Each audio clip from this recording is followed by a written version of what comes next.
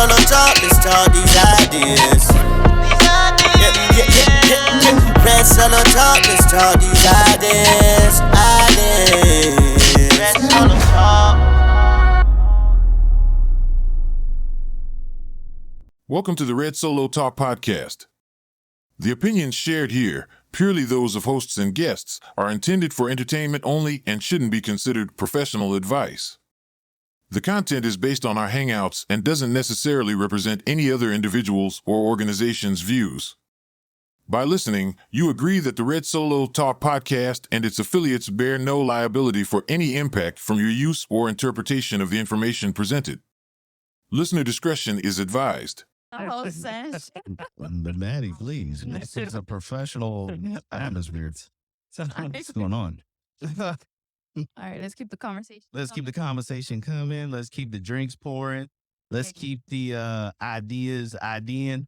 Flowing. Oh, yeah. Ideas Sure. Yeah. Yes.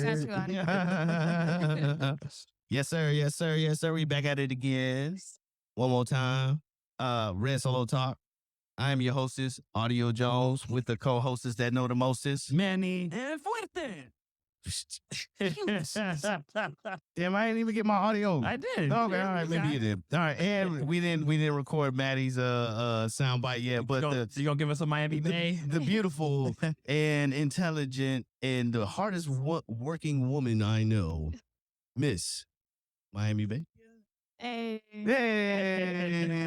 And a special motherfucking yes. Hey, buddy. First time. Let's go. Gee, thank y'all for having me. I feel honored. Yeah, you damn right. We don't do we don't do 4 mics all the time. Gio's in the building. I got to see the vibe. yeah. Okay. Cheers to Gio's first time. Cheers to Gio's first time. Go Fun ahead. night. Yeah, all right. Clink. And you can buy these. You can buy these. Link down below. Link your own name. Okay. Start now for Christmas. So are we gonna do the elevator pitch or how we doing this? Of course. I'm gonna let this You know. hey, this your show, baby. Yeah, I'm so I'm this is co-host. your first time, so Oh, all right. they know a little bit about they know a little bit about audio. They know a little bit about El Fuerte. They know a little bit about this third time. Oh, Yeah. all right. Before we start, Third time's a charm. this is the third episode. We doing something right. And I do have to put out the first episode. There's a technical difficulty, but don't worry.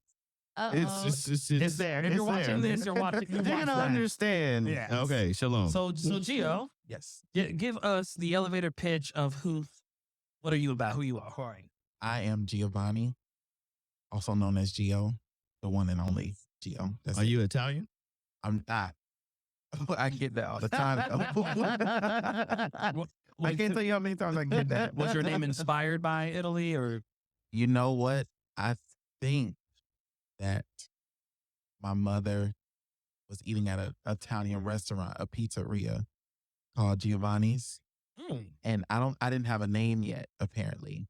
Oh, this is good stuff. So when the water broke, they rushed, to the hospital and everything.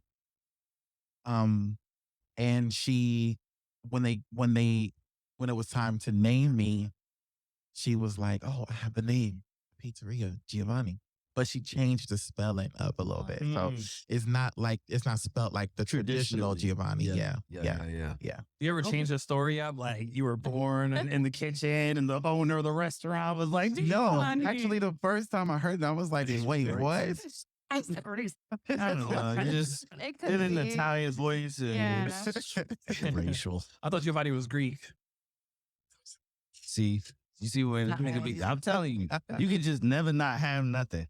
Just leave it to him to destroy. No, it's like this. I always find segues. You ever seen?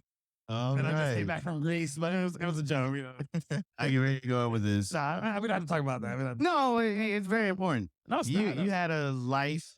Would you say life altering, or maybe I'm imposing that onto you? No, I think I used that term, life altering experience. My first time traveling to Europe. That's all right. So that's in our text thread.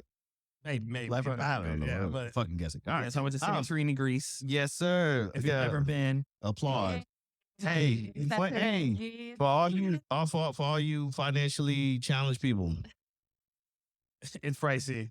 Yeah. You heard? I think it's known as like one of the pricier islands. And right now the dollar is weaker than the euro. Oh, So that did not help wow. at all. For example, I went through $400 on the ATM and I lost $510 US. That's Hey, crazy. That's When bad. Oh, I'm not going there right Oh, now. it was rough. Yeah. It was Us Americans don't have it great over here. I even told my girl, I even told my girl, I said, listen, we have to travel to countries where our dollar is strong. Yeah. Where you get more bang for I your want to buck. give a dollar and get 900 Upadaba. Is that why everybody's going to Mexico? Probably. Thailand. Tulum. Oh, Thailand. Thailand is famous for Okay. like stretching your dollar. I would like to go to Bali. I think we talked Oh, about that. that'll be nice. We might have talked about the Big Mac index here. Big Macs. You know the Big Mac index? Oh, what So is there that? are so many McDonald's around the world Okay. that the Big Mac index is what is the cost in their currency? Oh no. What is their currency converted to dollars? How much does a Big Mac cost? So depending on the cost in US dollars, you know your buying power in US dollars. So if a Big Mac here is $4, but a Big Mac in Thailand is $192, you know, This is why I love him. That's why I call him the hostess that know the mostest. Human encyclopedia. He's a Shout out to walking Manny. encyclopedia. Yep. but we got to be professional. Okay. Yeah, let's And it focus. can't be called Red Solo Talk Without. having something in our Red Solo Cup. Oh, that's Okay. oh God. So each episode, Hey. each I couple will- of weeks. Oh, I'm sorry. I would like to shout out significant people that were participated in the production of these cups. Shout out to you. You know who you are. Yes, Pizza my Top guardian Divulge. angel. You know. Thank you. I love it. Thank you. Awesome shit. So yes, so every episode we try. It could be a whiskey, a cocktail, a beer, vodka, tequila, you name it. We'll try it. Pack. And this week we have a special whiskey. I am a nerd, and no one knows the story behind this whiskey. I'm curious. So I'm a nerd, and I was quiet quitting at work. You ever heard that term, quiet quitting?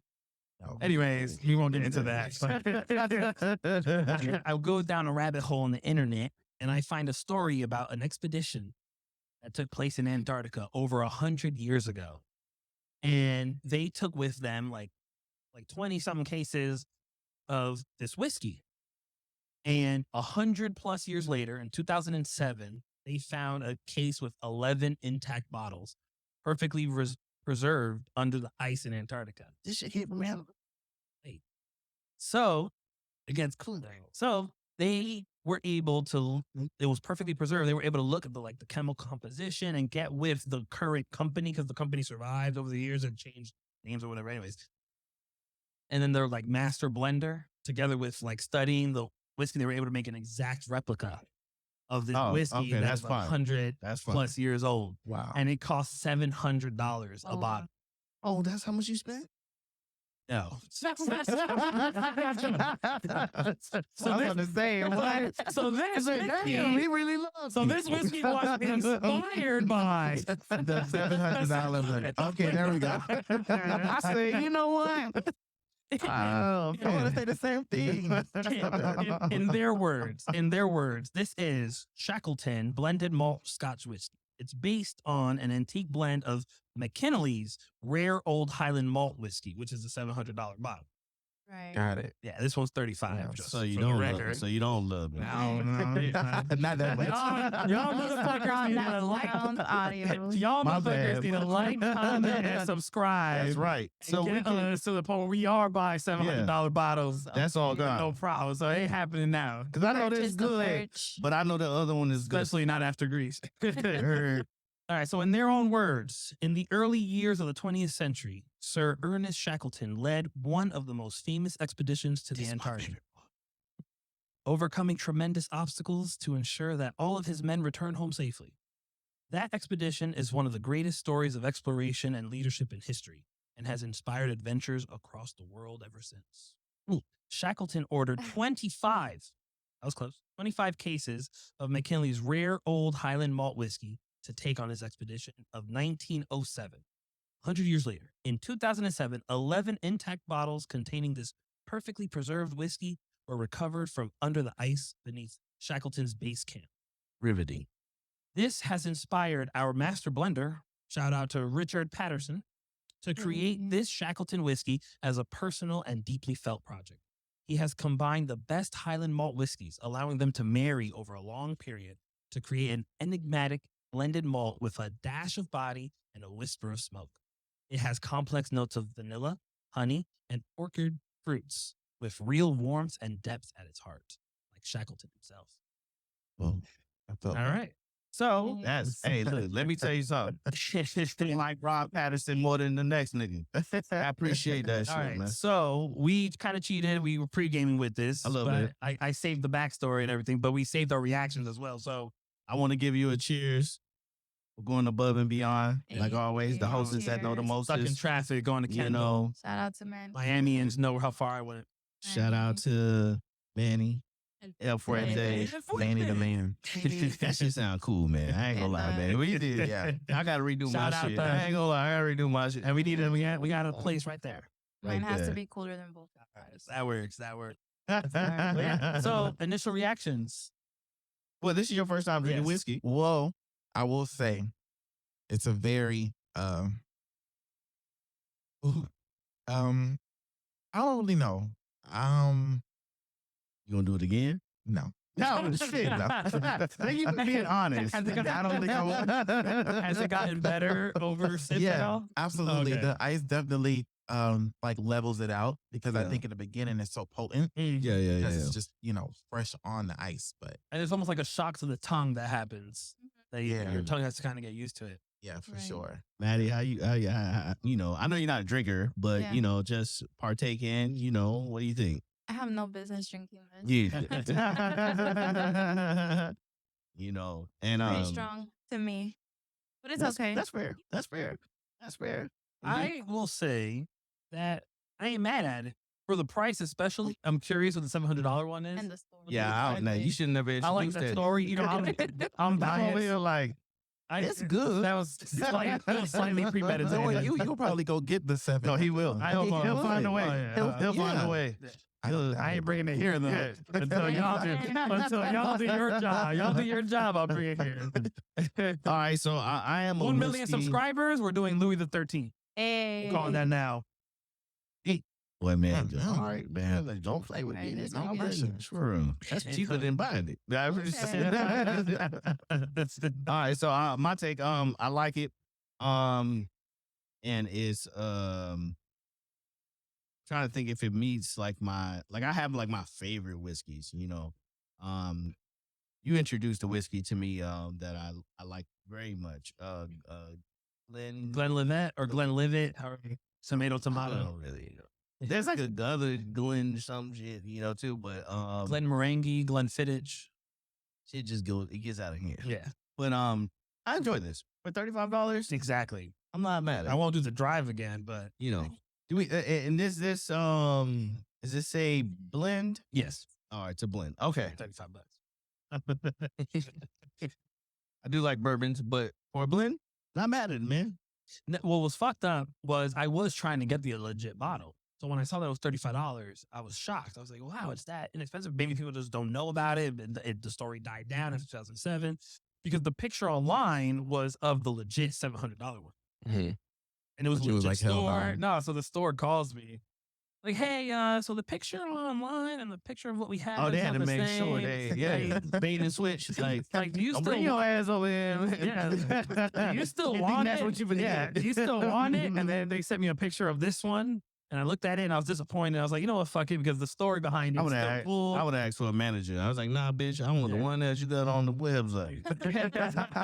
Come on, man. Nah. I want to escalate this to a supervisor. And I like the comedic value of pretending it's the $700 one and then, Yeah. getting y'all, Right. I wanted you guys to Oh, experience God. the same disappointment. Which I did. Niggas, when you know it's just out here. It did work. Niggas for that kind of psyop you on. All right, so usually we got topics.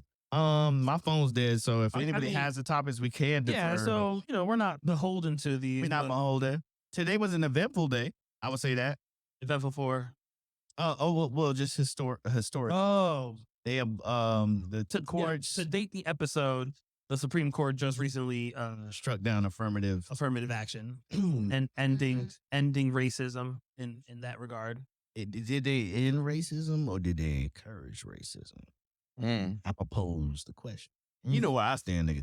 I know because you be going back and forth depending. No, I'm pretty consistent at this point. Yeah. I think it's when you hear the story that led to them getting there, you know, with the Asian kid that like scored the highest like SAT score, and we got too many of you Asians. We need to make room for other blacks and Latinos and other minorities. I was like, that's kind of racist. Yeah. You know, so Yeah. inherently, I know it was. I think I have a philosophy that all good intentions pave the road to hell. So Yeah. I'm thinking that Yeah. this is that scenario, or it's more sinister. And I I've avoided politics, so I literally only know the headline of what happened, but I don't know. I didn't even know the backstory behind it. Mhm. But historically, I've always been against affirmative action because my biggest fear is going somewhere. Racist.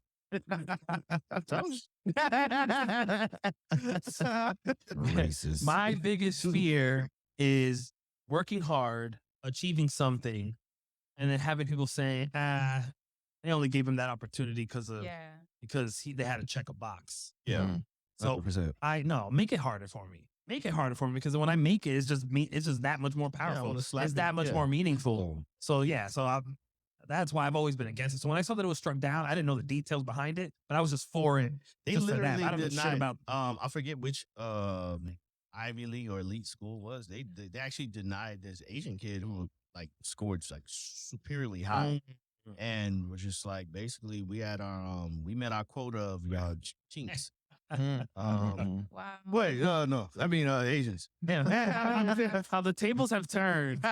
Right. I know, right? It's our audio turn used to now. be. Oh, no, I'm saying Get outta it here. used to be. So worried about getting Oh. canceled. I like that.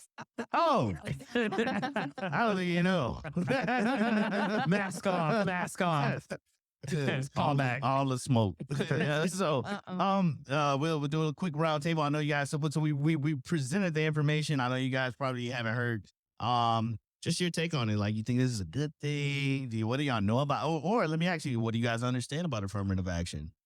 I don't understand anything. Can you guys elaborate a little bit more on it? Once upon a time, the world was racist, and because the world was racist, there are people that acted on that and said we needed to create a legislation that would create inclusion. Yeah. Okay. So affirmative action biases the decision to like get into school and stuff. So if you are Or a work. minority or work, if you're a minority, they want to increase the percentage of you being part of The the minorities. population, Okay. regardless of how your merit, stacks up. Right. On your skills and Yeah, your your- value. The exactly. fact that you individually, I'm really good at this job. You didn't give me the job because of my skills. You gave me the job because I was black. That's where the concept Oh, of token wow. black guy Yeah. comes So from. if you're white, you need to score an 800, but if you're black or Hispanic, you can score a 600, and we'll see. We'll look at it equally. Right. On his face, it seems terrible. No, yeah, that's. It's almost racist. It really It's like, is. you just pick me I'm 'cause of my pretty sure race. that's why. I'm black. Yeah, I'm pretty sure that was the basis was which Clarence Thomas wrote his concurring Famously. opinion. Yeah, famously. Yeah. They shit on my guy too. All right, so cool. So, based on what y'all know, this is good, bad. Did you have any thoughts? Because I thought you were about to say something. I was gonna say I plead the fifth. Right? Because he got to go Yeah. back. But We gotta go back to we gotta Yeah. go back to our families. But that is to my family's like, this is some bullshit. that is to date the episode because that just happened. I guess earlier today they announced. Yeah, it this there was like three major things that happened, and I was just like, oh shit, this is kind of important Yeah, I today. saw it. Yeah, but initially we wanted to focus and something you and I haven't really done, get personal and talk about a lot of our firsts. Like first experience learning to drive, major purchase. Oh, that first. Okay. Yeah. Oh. I don't remember my first. Oh, God. Oh, you baby. don't? I remember my So long ago. You first. don't? I remember my first. I just don't remember her. You know Her name. I vaguely remember what she looked like. I hope Okay. she's watching. Maddy. Listen. That When you sucks. when you vacation in Dominican Republic, it's like Okay, going to yeah, Vegas. that's- Oh, you gave it up.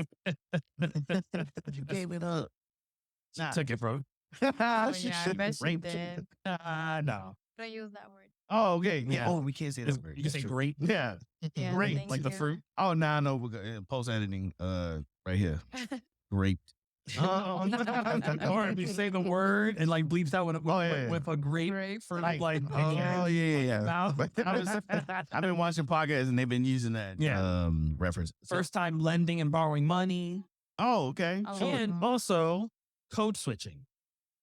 Let's start with that. Oh, Because you know why I want to start with that? I actually don't fully understand what code switching is. Oh, every black person knows. But I purposely wanted to save it for here to just have like a live reaction. So what exactly is code switching, Gio? Okay, so let me just say that I feel like I have to code switch more than all of, well, I won't say more than all of you, but I definitely have to code switch because I'm gay. I have to code switch because I'm black. And I don't really know, I can't think of any other instance where I have to code switch, but basically code switching is basically reading the room and understanding where you are and adjusting yourself to the room, basically. You know what I mean? So now, yeah.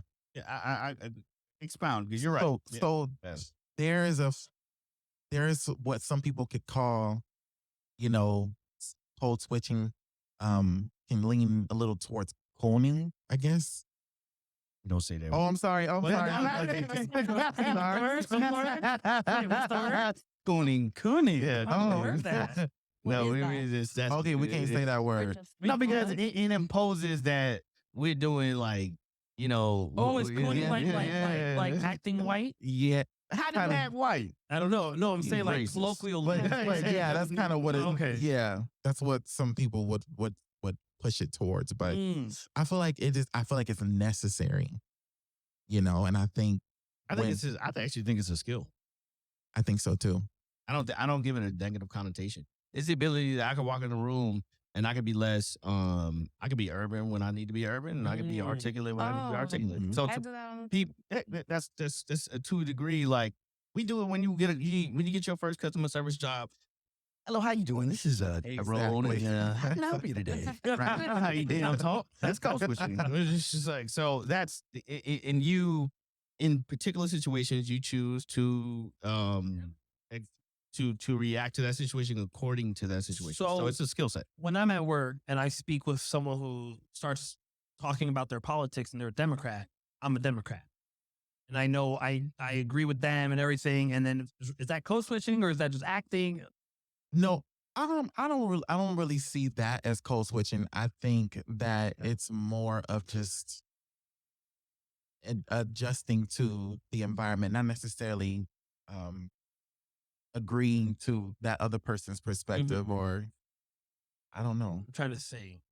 I'm trying to think of an example in my life where I code switch. You could code switch is because you code switch when you go to work. You know, in general. Yeah, in general. But like, I don't know. I don't feel like I'm that different here at work. Well, I don't know. Well, no, I'll give you an example. So I'll be very careful because I work in a field where my clients have particular positions that I sit there and I'd be like, I don't believe none of this shit. But in the mix, sometimes I got to be like, you know what I'm saying? That's code switching. Yeah. It's just like, because I ain't going to mess up my dollar. You know what I'm saying? So, Right. See, that's code but switching. when I heard the description of code switching, there was a level of like, there's some level of you're still being yourself, but it's just a version of yourself. Right. Whereas what you and I are describing is more like we're faking and pretending. It's surface level. Yeah. It's just, we're just more honest about it. Everybody's kind of to a degree, like, you can jump in and out of those versions of yourself. Yeah. You know, when you put your caller on mute and you talk to your, it's just Exactly, right? Right. Not getting no second day shipping. You know what I'm saying? Well, I talked to my manager. And, Yeah. You know what I'm saying? Okay. I see. We all do it. It's just, And a female perspective? Oh, I code switch a lot. Like you got to. Yeah, I work. I agree. I have my 100% customer service. So is that like when girls say like, oh, at work I'm like real tough, and then at home I'm like a lady, like that's code switching from like the husband. I guess to that the could be. Yeah, I feel like that's a version of it. I want to say, Girls do it, I don't. Lakeith Stanfield had a movie about this where he played like a customer service rep. I never watched the movie. I just watched the trailer. My favorite example, the Atlanta Weathermen. Wait, haven't- was that the one with the bug? Yeah, I got you. This country ass town. That was legendary. That is the best. That's my favorite. That's code switching. That is called switching big time. That nigga don't talk like that. Brought to you by I love It's, that get video. me out of this country ass town. You heard? For real. But That was that's hilarious. That's why I say it's a skill because you need to be able to maneuver society. You know, and I think black people assimilated or was able to acquire that very well because we understood, you know, like if you want to navigate certain corporate, you know, like you can't come in there and, you know, like I think that it's a skill to get within certain cultures and being able to communicate with them in a way that doesn't, you know, people like to be comfortable. Absolutely. Okay, so I have my example of my first time. I'm going to segue first time code switching. First memory, I could say, is what growing up, I always talk about. I realize, yeah. So I always talk about how I would see how there would be groups of friends that they are a group of friends. They always hang out together, always for years and years and years. I never had that. I was always like a traveling act. So you guys are a group of friends that always hang out together no matter what for years and years. Yeah. I sometimes hang out with you guys. But it's like a season. Okay. So for like a month or 2 weeks, we hang out. We hang out all the I time. get what you're saying. Then I disappear. I'm your first I don't know real what that is. friend. Oh, Oh, yeah. Oh, wow. I love you too. So I'll hang out with different groups of friends of different calibers. And I remember one night, for example, I'm at like a penthouse, wealthy kids. And then I come home to my neighborhood and I'm hanging out with my neighborhood friends and they're shooting up drugs. And I'm, Wow. You didn't partake. no, I always, I don't know. I guess I was always like a scientist. I just always wanted to observe. Yeah, it was, everybody was your case study. Exactly. Yeah. I'm writing notes on you. Exactly. You don't know. And He I'm thinking likes about to like, do I, heroin. you know, I'm wearing triple C's was big at the time. Oh, wow. What's that? It's I a heard those. triple C's. Yeah. It's like a cold medicine that triple C because it's three is like cold. I don't know. It's like the three chemicals are C's. Sound The like three white- main Sound ingredients. like white people And drugs. yeah, definitely. But anyway, so I remember I would be in these different groups of friends. I was still myself, but there was like a slight different version of me in those. I was code switching between each different group. With the intent is let me assimilate amongst the culture of this group because really, I'm really trying to research you niggas. No, it was more so just. I gotta be nefarious. No. I think it was more so just me showing a certain. I had different angles of who I always felt like I was being honest with myself or who I was. It was a different version of me, like whatever version they could handle. Right. So do you think everybody has the capacity to be like multifaceted In what multifaceted? in that sense that like you could speak with Code like, switch. yeah, basically. I don't know. Like I said, I think I it's would an acquired skill. I would see groups of friends Mhm. that they always hung out. They never Yeah. strayed away. I think white people don't have the ability to code I switch. agree. I agree. Fail. I agree. Much. Oh my gosh. What's so rich? It's so funny that you say that. It's so racist. No, but It is racist. it's funny that you said. It's funny that he said that because I had someone in mind, but in particular, who is, you know, Caucasian, and does not have the ability to code switch at all. Yeah, It I've seen literally it. is the same Yeah. person in every setting, and I'm just like, you have to read the room. You have to. Yeah. Word. Yeah. The world revolves around them and their Yeah. culture. and what they Absolutely, are, which you know, And that's I mean, they're the majority, you know, so they feel like you have to assimilate to right, absolutely. Yeah. Which You know, I think anyone who can. No, I'm thinking about like it is like a skill. You know, on the weekend I'll be supervisor I'm a little kid, supervisor at a warehouse, and I'm in charge of adults and stuff. And then on the weekdays I'm a student in a school with teachers, and Yeah. Right. yeah, it's like you get all these different angles. And, yeah, Not everybody's capable of doing not everybody's capable of it. I think a lot of people lack self-awareness too. Mhm. True. AKA You know, emotional even, yeah. intelligence. Yeah, for sure. I try to be. Any memories of code switching that stick out? I do it every day. I do it every day. Like second That shit nature. is like breathing to me, as you know. Yeah. How do was your virginity? Oh God. Yeah, that's a hell of a segue. Wow. First time. I tried a lot of weeks, and we realized we were doing it wrong. Like wrong That was goal. very honest. No, it's very honest. Like we were just like, this thing is not working out. Oh. And then it was just like one day, it was just like, oh shit went in. I think I was figured it out. I was joking. I didn't think you were gonna answer. I'm joking about it. Face, you know who she is. All right. You know, we failed a lot of weeks. Skip the belly button. Skip it. Sheesh. Damn, nah, I wasn't that off, nigga. God damn. Hold on, I know what I was doing. Did I? Right. Sure you figured it out.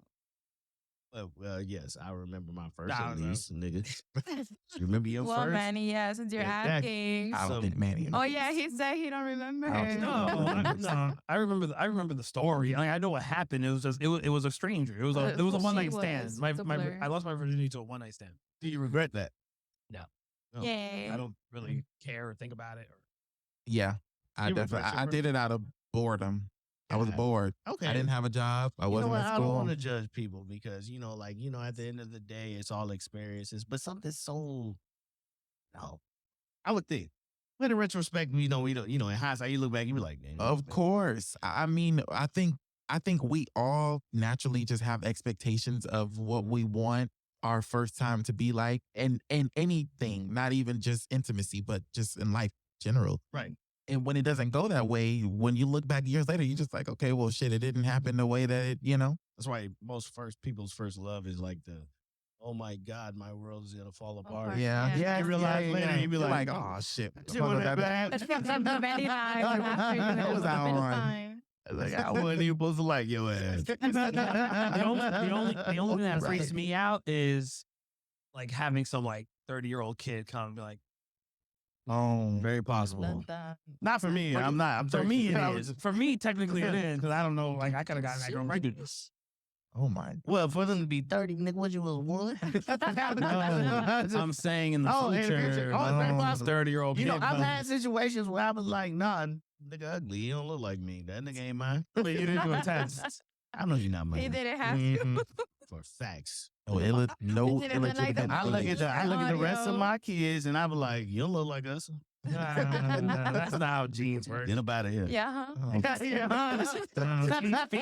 Features can You be gotta some see it big somewhere. generation. You got to see a nose. You You gotta got to see a resemble- ear. Let me tell you. Even if it's in the eye twitch, it's some. No, features can skip generation. I love Wow. the little ugly nigga, but he ain't mine. I know he not mine. Oh. Be Facts. nice. I'm gonna start No, plugging no. hairs. Look, nigga, I did my ancestry, dog. And he did his. Oh, you can do whatever the hell. He ain't got nothing to do with this situation. We got our family. Don't try to infiltrate. Oh. But yeah, man, we have a lot. Jokes, I kid. We This have a is lot of first a lot of times comedy. That's first time lending money. Oh, and borrowing God. money. Oh Wait, my I God. don't remember the first time. It was borrowed. No. I think, oh God, I do. I lent money to someone, and I was told that I was going to get it back at a specific time. Never happened. I never got it back. And this person actually would see me every other day. And that was just like, Act like nothing. yeah. What's But up? I would see this person like purchasing stuff. And I never said anything because I was just like, I just wonder if they're gonna, What was the dollar amount? it was $60. $60. That's enough. That's enough. You know what you can do with $60? That's enough to get a nigga out of my life. Yeah. That's for sure. $60 to buy you out of my $60. life. I mean, $60 was a lot back, and during that moment, you know what I'm saying? But It was a lesson learned. yeah, because and also another thing I realized when you're lending money is you never really get it back the way that you give it. Right. You know, Come in increments. I'm gonna give you $20 this week and then 2 more weeks, and then it's like if I'm at the point now where if I give you something, I'm not gonna I don't want it back. Like It's the best way. Don't give nothing you're not willing to lose. Absolutely, That's what that's the best what we're all advice. taught, yeah. Yeah, 100%. Mhm. Miami Bae. You have your first time lending some money? I don't remember my first. Or time. thoughts on lending and borrowing Thoughts. money. Would you I- lend some money? I had a phone bill coming up. It has to be a very particular person. Like, I have to really know you to let you borrow money. Okay. Would you expect it back, or would you just? But I usually, when I do let people borrow money, it's usually without expecting. There you go. Because you know how that goes. You don't want to chase nobody for their money. Nah. You know, Yeah. I got to. Oh, no, go ahead. No, go ahead. No, go ahead. I want to hear y'all. I'm a gentleman. I'm a gentleman. No, I was just gonna say that I was taught the same thing. You know, don't give what you're not willing to lose. But what really hit home to me was Tokyo Drift, Fast and Furious Tokyo Drift. Never watched it. So Han, How I was in it. I was in it. Okay. Han is a rich guy, or he has money, and then there's Gaijin or something like that is the gringo, the main character, comes from Texas or whatever to Japan, and he needs a car to race this guy, and he doesn't know how to drift. He just usually races straight drag. So Han, this rich dude, gives him his car, this expensive, souped up. He's put so much time and love into this car, and he gives him the key. Says, "Okay, use mine to race." Destroys shit. Destroys the car. And someone goes up to Han like, because Han's just chilling, eating his potato chips. And they go to Han like, "Damn, you don't care that whatever." And then Han makes a comment along the lines. It's been a while, but he makes a comment along the lines of, "You can't put a price on knowing what kind of man someone is." And that I disassociated the money aspect of it, and I see it more so on an opportunity. No, and and you said it earlier. You said, you're buying, like you said something about like buying them out, like to buy, you buy your way out. Buy your way out of your life. So I see borrowing money as like an opportunity. Mhm. To test you. Yes. Yeah. How are you going to handle owing me money? I know how I'm going to act if I owe you money. Yeah. I act like it's the end of the world if I don't pay you back as soon as possible. Right. So how, and I get to test people. So that's why I look at it as an opportunity when you borrow money, lend money to. So you just out there just like, I want to test Testing this people, nigga. yeah. Test this. No, what I'm saying is, No, I get it. I still cover the first rule. So it has to be an amount I'm willing to lose. Right. Yeah. So if it's an amount I'm willing to lose to see what kind of man you are. But that's a resource and I think it's an important resource because, unfortunately I've been in, I've borrowed and been a loan too. So far that I know I'm good on all my debts. Don't Got it on camera. Yeah, that's. I'm just saying, there's a statute of limitations. That shit was 2 years ago, nigga. But I've loaned, and I've honestly, I agree with you. It's like sometimes you loan and you don't get it in the same fashion, which is okay. Usually the installments and the increments. But I've also came to a place where now like I don't loan money. Yeah, It's I learned the hard. Yeah. It's like a rule to me. Like I'd rather keep our friendship. I learned the hard way. I lent out like $2,000 to a homie. Wow. Thinking that that's my boy. I did This too, is my man. boy. Wow. He's not gonna let $2,000 get in the way of our friendship. I'm This is my sure. I'm boy. short $174 Since elementary school. For real. This is my boy. $2,000 nothing. It took me like 7 years to get the $2,000. What Seven, even work at? yeah. Listen, it took me like 7-8 years to get it little bits here and there, and to this day, He still got a It's balance. still- $150. No way. And you know what's crazy? It was maybe like a year ago. He sent me like $50. Like he's still paying it off. All right, well then you ain't never been broke. Nah, the fact that he's doing that over these, that Like, kind no, of. to me, it's insulting. But I know at the time that I And we know who you is, nigga. yeah, you know who you are. You're the only motherfucker. Ooh, I got it. What if you make people sign contracts? Is that make low it your too? friend? Nah. Yeah, That's no. a rich to the person no. sport. Take it to the No, hole. so Chat GPT that motherfucker. that's like the next step. Mm, So I agree. if I'm willing to lose it, I don't need a contract. If I'm not willing to lose it, but we have such a good relationship, I still want to do that test, Okay. but I'm not willing to lose it outright, then I might jump to contract. There we go. Something right in. Yeah. Yeah. That's okay. where. To be safe, my homeboy, he's really like well off. I won't say how he's done it. But he was. I'm gonna be careful here because I've got in trouble. Talk about my real life. Oh, yeah. Been kicked out the group. I was like, oh, man, what, this is a group chat? I don't know about it. Navigating, letting friends borrow money. And I was kind of like, damn, all the money, nigga. If it's one nigga that could let a nigga borrow it, and he was just, but he had this strict rule. He's like, I don't lend out money. And at first I was like that. Because I was on this real nigga shit, radio type shit, like being a real nigga mean like be there for your friends. But that don't always again goes back to my philosophy is like good intentions pave the road to hell. Like I could have just told you, and because we still hang out with that nigga, he stand his ground. I don't lend money, but we still hang out with the nigga. Like I wouldn't have. But I learned from that experience from just having that conversation with somebody who's like very well off. And I was just like, yo, I'd rather preserve our relationship. Like, I don't want to even get in that space. Like, now, if you just need to hold, like, if you need money, I don't want to say I borrow money or let me hold something. I was like, bro, here's $100. I'm not getting the back. That's okay. That's fine. I'll take I'll take it as it is. You can. Don't worry about it. But if they pay you back in a week, then you'll see. Oh no, he builds credit with me. Exactly. Then I have friends where like they'll come back and they can ask me for $2,000. I'd be like, oh, I can trust them because I've been paid back. Right. I have those relationships, but then you have people that just like they stagger you out and start you out and how much if you give me the money like I gave it to you? Absolutely. Yeah. I mean, right now my dad's the only one who'd be like. Could like send me a text, wire $5,000 to this number.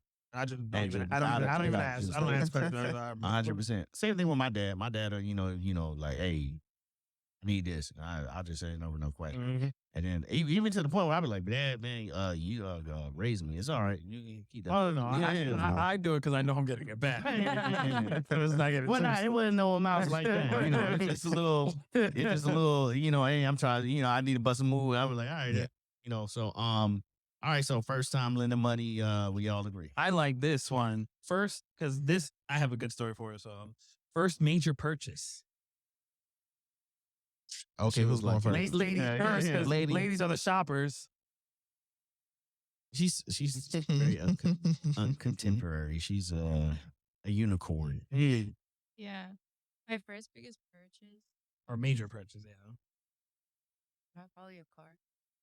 That's fair. Yeah. Was it your dream car or it was just just like my first purchase. But it was big and exciting for you. Like you were Did like, you learn anything? Gosh, like My what? Did you learn anything from the experience? Like any takeaways? Not really. That's the question. You're just like, I just answered the question. I don't know if I can give you an idea. I signed the paper. They gotta I gotta get the car. I had the money. I was like, well, let's do it. I have an interesting story for when buying a car. Was I show up to a dealership with a backpack and $22,000 cash, like a drug dealer. Like a dope boy. I'm talking about saying like a dope boy. And I walk in there. So I went the day before trying to negotiate for I didn't have no money on me. 21,000. She didn't budge. She let me walk out the bitch. He was like, nah. She let me walk out the dealership, and I was going to pay 21,000 cash for a vehicle. And I was like, COVID. No, this is years ago. Okay, this is a long time. This is years ago. Yeah. Oh shit. This is almost like 10 years ago. And when I walk away, when I go to sleep, I was like, well, when I woke up the next day, I was like, I guess she ain't budging at 22. Yeah. She just wanted to let me walk away. Right. All right, fine. I want the car. No, so you win, I lose. 22 it is. So I know that if I go with 22, the deal's done because we already went through all the bullshit negotiations the day before. So I show with cash in the back, and my brother, he's an asshole. Shout out to JD. You've been on the podcast before. My brother just drops me off, no street smarts, just drops me off and bounce, bye, because he knows I'm going to be driving home in the new car. So he just leaves me there. That shit takes like a day. It's just all day process. He just leaves me there with a backpack full of cash, and I walk in. I'm a little kid. Well, no, in your teens. Yeah. So Wow. I'm It was younger. 21. Oh, yeah, okay. no little fucking kid. You a grown ass nigga. 2020. So I walk in and I explain to the lady like what is going on, and she was looking at me like, "What do you mean?" So I was like, "Yeah, I have my." It's like a beat up street. She was like sit because she has a son my age. Oh my gosh. She has a son my age. So Like, are she's you like okay? so she's like motherly. She's like, you sit right there, don't move. And she like leaves to like get like manager and stuff. Oh, Cause she's scared I'm gonna get robbed or something. right. So I walk out, start looking at the cars and say, anyways, so we get locked in a room with security and the door locked, and we put all the money on the I'd never seen this much cash before. in my Wow. life. Right. We put all the money on the table and we counting everything by hand. I felt like Pablo Escobar. Oh God, Nino Brown. Yeah, Oh, but I guess I'll go with my story because that reminded me of that. But my first major purchase though was when I was 7 years old because I did my Holy Communion. Okay. So my Holy Communion, you know, my family throws a big party. So all the envelopes come. So at the end of the night, I'll always remember this because my dad, you know, that's when you learn like You got my gifts dad. for your communion? What's that? You got gifts for communion? Yeah. It was a big deal. I gotta holler at my family. We're I ain't getting shit. You were Catholic? I was baptized Catholic. I have Colombia. Yeah. first Well, communion. Yeah. so I guess DR does right. Dominican thing. Yeah. Yeah. So my dad, my dad took the cars. He would shake them. He would shake the money out Yeah. and hand them to my mom. Like, you read the sentimental shit. Like, you know, like I think about it now, I like just want the money. Wow. what warped my brain, but just seeing like my dad would shake the money out, hand it to my mom. You read it. I'm counting money. Yeah. So he did it, and he counts all the money, and it came out to like, if I had to remember, somewhere in like 300, 350. Oh wow. I'm 7 years old. Yeah, that's a lot of That's money. a lot of Right. fucking money. Yeah, But- at 7. But that's what changed. What made it such a big deal for me was that my dad pretty much said, like, this is your money. You do what you Wow. want with it. Wow. He was willing to let you fuck it up if Like, you that want. was my money. I do what I want with it. So I bought the PlayStation 1 and all these Oh, accessories, classic. the Game Shark. Oh, no, it was a game. Oh, I think it was like a Game Shark. Yeah. Yeah. And like the whole accessory for the CD holder. And I always remember the PlayStation 1 is like the first time I felt like a man. He felt like the I man. felt like the Mhm. man. At Like, I 7 bought years that. old. I bought that. That's mine. Wait, wasn't the PlayStation 1 the one with the discs were black on the back? Yes. It was black? Okay. Yes. Okay. Had Yeah, one. yeah. So that was my first major purchase was my PlayStation 1. And I wasn't balling that early. yeah, no. It took me a long time to get a large lump sum. Real. I'll let y'all go because I got to think. Yeah. This nigga make a story about 7 years old. I'm trying to I be. know. I never came When I was When I 2 years old. No. No. I spent I guess it was my first car. I was ninth grade. That's why I dropped out. Because I had got a car. And I spent $600 on a Lincoln Town Car. And my dad, Big John, sold us that piece of shit. A lemon. Yeah, lemon. A Lincoln Town Car 91, but it had like glitter. It had glitter paint, triple gold D's on white walls. You were excited. Oh man, it had a sound system. I was in that bitch, you know, like back in the day, you know, if you Yeah. from Miami, having like a Uh-huh. big body car with Yep. sound system, you was the nigga, and I was the In high nigga school. for about 2 Yeah. months. Yeah. You know, then the airbags went out in the back, and my shit was. Y'all ever seen the Lincoln Town Car leaning in the back? Every time we go speed bump, it's like this shit is some bullshit. Yeah. And I couldn't afford to fix it, so I drove that shit for like a year like that. And I learned a very valuable lesson. Like you need to really think out your purchases. I mean, I paid $600 for a car that this nigga was like, you know, he spent all this. He was in a hard time, so $600 wasn't bad. That was my Publix money. Yeah, so- Damn. Well, how did you feel in the beginning? Like, do you feel like a rush or like an excitement when you Oh, were man. buying your You know, first? like, you know, to be able to say I bought my first car was really cool. Yeah. You know, so Mhm. like I take pride in that. Like, you know, most people get like handy downs. Yeah. But Yeah. my mama had like a Suzuki Sidekick that was a stick shift, and I would burn out the clutches of all the stick shift. I wasn't good at stick shift. I like Wow. I like sitting in this. I like when they go. And you put it in shift gear. Yeah. I was just like, the car shut off. I wasn't good at that. So when I had got the Lincoln Town Car, if y'all ever been in one, you just hit that little thing right now. And hit that shit and you. Matter of fact, you was just Hey, feet is only for OnlyFans. oh shit. What is they? Could they finna pay? Yeah, I'm like, no, sexy.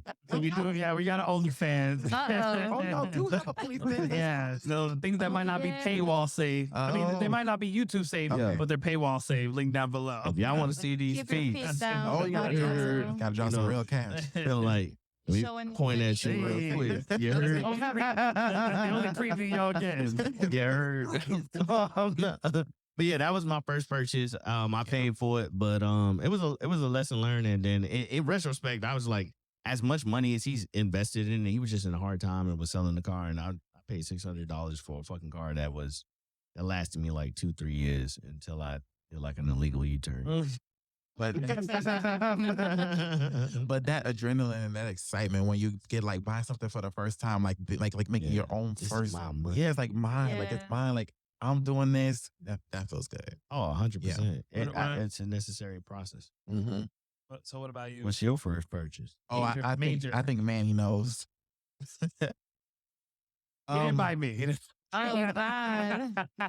No. Okay. All right. Didn't know what was going there. Okay. My first major purchase was actually almost 2 years ago.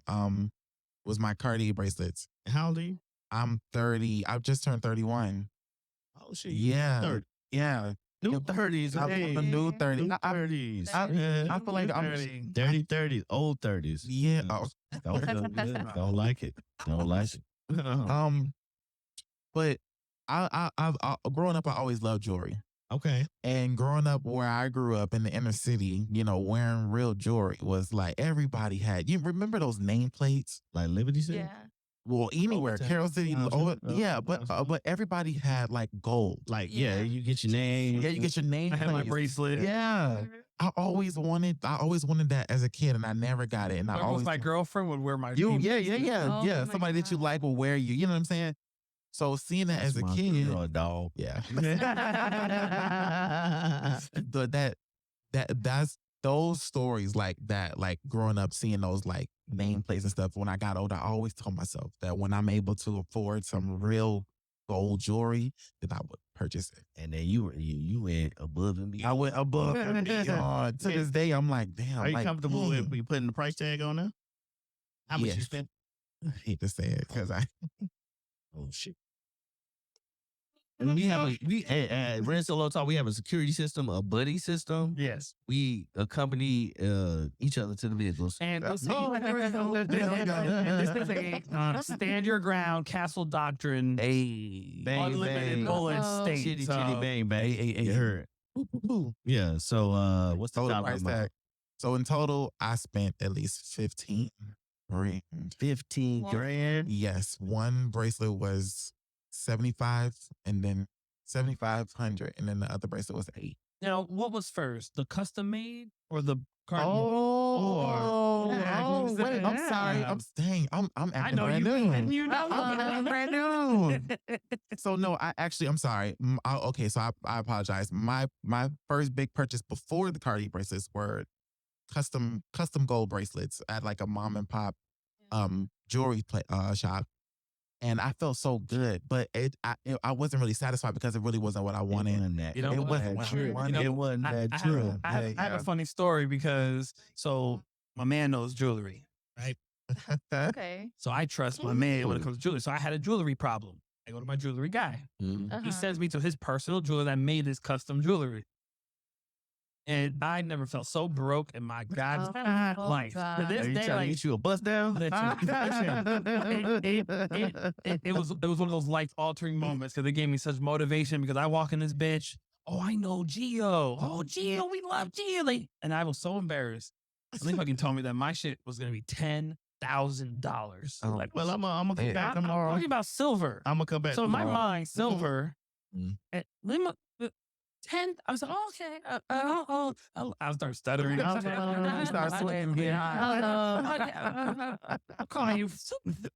I was like, I'm damn. gonna come back tomorrow. Because the 15K counts the custom with the Cartier.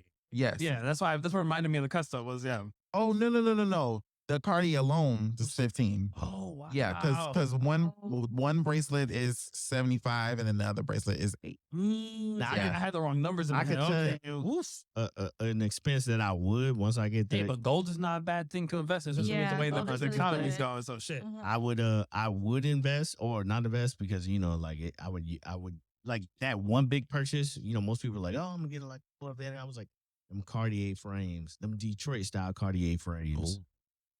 Got like what you got, but just Coco Chanel. yeah. Now they gonna be Cartiers with a little bit of trimming. You heard. But no, okay. So Do you have a me, major? nigga? I spent $600. God Well, damn. you know what?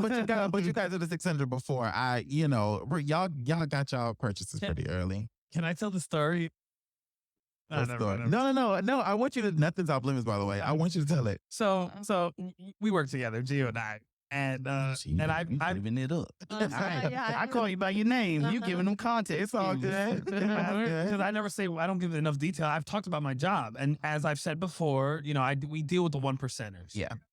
And so we're talking about this major purchase, and we've joked about this because you know where I'm going. Yes, I do. So this major purchase, saved up, like big experience. So Gio shows the bracelets to one of these 1%ers. And the gentleman's like, oh, those. The next morning, oh look, He had it. Oh, look what I got. wow. Just something that was this big. Let me show you how I do it on your broke ass.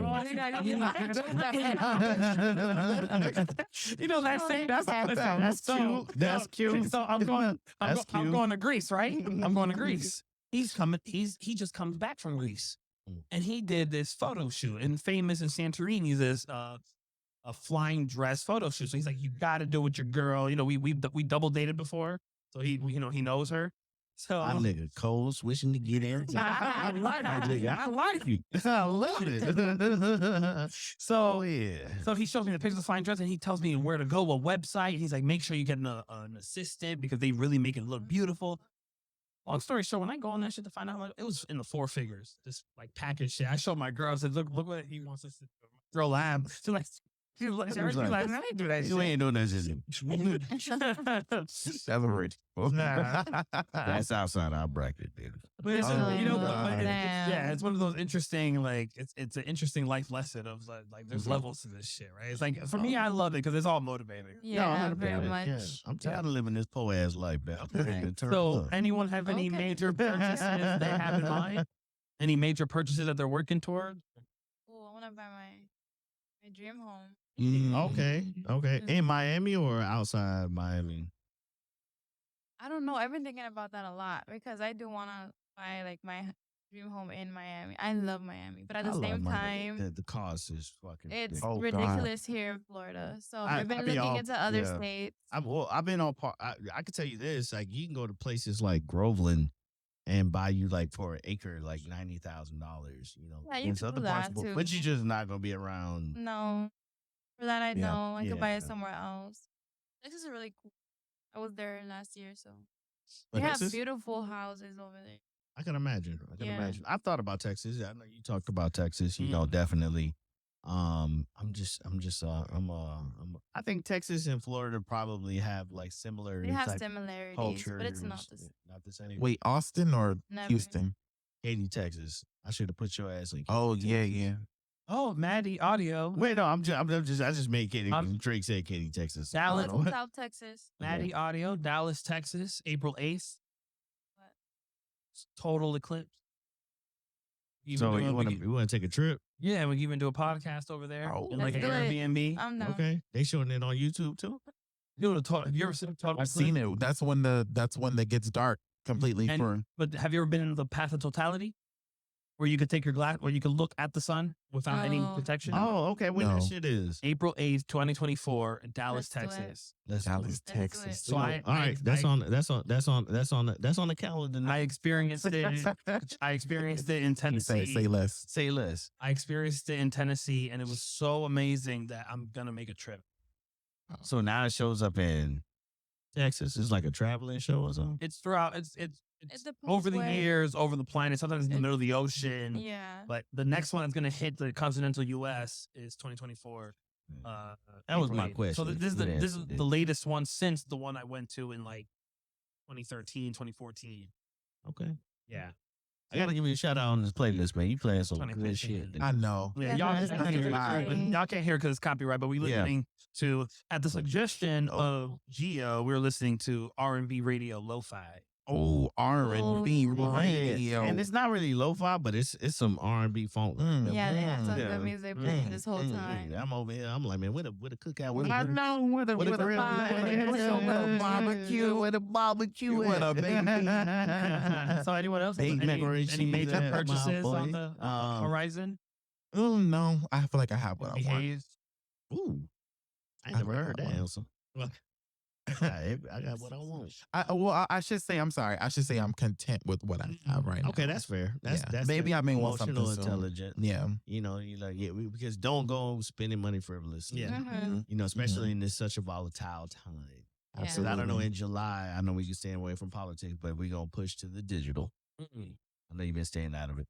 The implications of that could be here. You said in July we're pushing to digital? Yeah, they're going to push. Basically, when you get your income tax, you're gonna have your personal bank account, and then you're gonna have a federal bank account. What? The attempt is to streamline income tax and streamline federal payouts. And then you have to transfer it from the federal to all your pay. So regardless of your choice, you're gonna have a federal bank account. that they're gonna put the tax return in. Any federal payouts. And then Oh, wow. because they're gonna know where you transfer it to. And that's stupid because you can just make an account to transfer it to, and then from there transfer it to wherever the fuck you want. Sure, but they're going to be able to track. It's a way to. The proposal is like it's going to alleviate. One, it enhance the processing of because you know our government sucks. You know what they want? They want because They want to track all the and all the amount that's held, they'll be able to control like any other bank. Yeah, Exa- exactly. It's centralization. Yeah. Exactly. So, and the banks are going to be working in tandem to this concept. So, I don't want to be the conspiracy theorist in the room, but It ain't looking good. it ain't looking good, guys. Go make you a lot of money really fast. After my slavery Trump, yeah, money is like Manny's been working since he was 10. 12. Oh, well. Oh wow. Wow. It's just like a He's been putting in Chinese work. style, I saw the making shoes in effect. I don't regret it. I don't regret it. I don't regret It's it. necessary. It is It's Not only that, necessary. there are so many life lessons I learned working from 12 to like really from 12 to 18 before I quit and went back to school. For those 6 years, I grew so much and learned so much that I see people 25, 26, 35 learning lessons that I learned when I was gonna say that. You know what I'm saying? Yeah. So I don't regret The it. universe is so funny because it'll keep putting like people Mhm. like that are potential iterations of myself in front of me, and I'd look at them and I'd be like, God no, hell no, Mhm. I'm gonna go bust my ass because that ain't me in Yeah. 10 years or 5 Absolutely. years. Right. What else we got on the document? We're doing so well. This show is fucking Yay. rolling. I think Okay? it's the music. It is. I think it's the music. That's First time cooking a meal. Oh shit! Oh, I come mean, on, man. Come on, son. Come Gio's on. a chef. I'm a So chef. I'm a chef now, but Okay. I think What's your My specialty? expertise? my expertise dish. Okay, y'all don't talk- laugh. Come on now. pasta. Yeah. It's, Wow. Oh, shrimp shrimp Alfredo. Yeah. Come on, baby. Every black person know it. I don't end up with You put the sauce. you put the Old Bay. Use Old Bay. I don't use Old Bay in my shrimp Alfredo. I do use like Italian herbs and garlics, but I'm really big on seasoning Yeah. and but you could use Old Bay. Like I usually use like Old Bay for like crab boils and shit like that. Okay, now I have a personal. I have a serious question when it comes to Alfredo sauce. Right? Holla at me. Do you use Salt in there. a jar or do you make it from scratch? Let's see. This is where we did this. He uses a jar. See, your friends will do it to you. Yeah. When you say it to your friends, you say, that's my friend. You son of a bitch. Audio's like, wait, you can make it yourself. Yeah, what the fuck is Alfredo? Oh God. I was like, well, you make I mean, I can judge. I do both. Okay, but I will say the difference is that when you make it yourself, it is a lot more. It's a lot more rich. More robust. Yeah. Yeah. Versus from a Yeah. jar, you definitely will So see. how the you get? difference. So how you? What is the white sauce? That's the heavy cream. So you need the heavy cream. You need your Parmesan. You need your butter. You need your right. garlic. Right. Yeah. You're right. You need. Right. I ain't. Oh yeah. I like how you call me out. It's okay. To It's okay. It's a jar. Yeah. I mean, both is fine. It's fine. But I think if you make it often, try like making it from scratch because it's really easy. It's just a matter of sometimes I'm lazy. We should edit in photos of some of your dishes. Oh yeah, and I got them on deck. I got them on deck. No, I see pictures. Oh, okay. I got them on deck. So you a cook. Because I like to eat. Me too, nigga. That's why I've been trying to. Trying. It's hard. It's hard. And eating healthy is expensive. I've been trying Very. to keep to my eating. Come on, man. Eating You ever healthy been is to expensive. Sprouts? Man, Aren't you doing keto? Sometimes. What? Look, We were talking- it's the effort. We must say, you know what? Try again. Eventually. My problem, I have no problem with keto. Though my biggest problem with keto is drinking. Like Aw. 80. So like outside You're of doing the wrong podcast. It's water in his cup. Don't worry. yeah, that's right. But alcohol does not put you out of ketosis. It's just sometimes, I be on the road for long hours and then I'll get to like a gas station and I'd be like, White Claw. Yeah. Yeah. Probably keto. So I'll have these things, but really it's caloric deficit is more important than anything. If you burn more than you intake, you lose weight. I love asking this question to women. Well, what is the first meal? And it's related. It's Okay. related. Okay. I'm curious about this. Well, I mean, the official question is first time cooking a meal, but before that, I have a question for you that's related. She liked it. You meet the man of your dreams tomorrow, and in 1 week, Get you on the spot. in There one we go. in 1 week, There we go. in 1 week, There we go. he is going to drive to your apartment, and you're going to serve him a home cooked meal. A lot of girls that failed me. What I ain't gonna meal? lie. What I ain't gonna meal lie. are you cooking? I ain't gonna lie. What are you cooking this So that's man? the thing. Like I'm so like I'm really good at making Dominican. Okay, we gonna be. What's it gonna be? What's gonna be? Like make rice, to me, like the salad, the whole like Okay. thing. Hey, I can make all of that, but like slice of that But that's the salami, thing, like, I can say fried queso, man. I'm gonna be happy. It's like if they some like tostones. Dominican food, I could cook them whatever. Yeah. But if they don't like it, So you don't have a that go-to way, that is like your best favorite. Like- this is like, I I know this. Like, you This, make it with your eyes this, closed. this nigga finna marry me. I know this is good. anything I make. What do you That's how I like Matt. That's how I like you to talk. There Yeah, you go. thank you. Like you heard. Let me tell you something. I got it. How'd you learn how to cook? I'm Dominican, they start you when Yeah, I I was know. young. I'm 4 years old. They You're on a put you in the stool. kitchen and then put you on the chair. And You're then- holding the knife with both hands. This is how you do it. I don't want to brag, but I made me a mean bowl of grits. Oh Okay. gosh. Can you remember how old you were the first time you cooked the meal on your own? I one thing. By myself, you're pretty young. Like at a young age, I did like my own breakfast. Like I would cook in my house. Like at 10 years old, like I'll make a whole. Is that the first time you used a stove? I grew up cooking for myself. I think we were pretty independent in my house, so like we had no choice. My parents, I grew up in that era where your parents were never there; they were always Yeah, working, and it you was- were it always was- home alone. For me, it was my abuelita. She would hook it up Yeah. with the, she would like remix like ramen noodle soup. Oh. She'll put like rice in it, Mm. and she'll just mix it up with all kind of veggies. And there was some questionable meals, and I was like, I'm not supposed to do this. Puerto Rican? Colombia. Oh, okay. Yeah, like Colombia. Makes So we sense. went, yeah, exactly. I was like, I ain't never seen this. A black bean? I don't but all right, I'll roll with it. Yeah, my specialty is barbecue. I'm a barbecue. No, you Oh, are the I man on the on barbecue. I gotta win. Nah, I ain't gonna lie. Slime. Look at that. I haven't had barbecue. I am can't. jealous. Yeah, Texas has pretty good barbecue, But don't they? one of the first times I tried cooking, because we were supposed to also discuss mishaps. I got a mishap story. So my dad is the real deal. He knows how to cook. Dominican food too. He knows how to cook. Okay. Throw it down. Shout out to Manny Senior. Hey, shout out. My guy. Love, bro. I'm visiting him in New York City, and he cooks me a dish that was phenomenal. And I had moved out on my own. I'm going to college in Orlando, and I hit him up on the phone. Tell me how you made that. It was pork chops with this like onion. And so he's like, he's like, blah, blah, blah, blah, blah. The onions, you cover it in vinegar. Yeah. Oh, those are the best. Red So I have a onions. bowl of onions that I slice. I worked in a restaurant, so I ain't that dumb. I know how to chop and slice. And okay. So I got the technique and everything. So I got my bowl of onions, and I The vinegar. Too much. until it's covered. Oh god. Like cereal milk. It'll caramelize. So, Yeah. So no, but it's a top. Like, you're not cooking the shit. Like, it's a topping for the pork chop.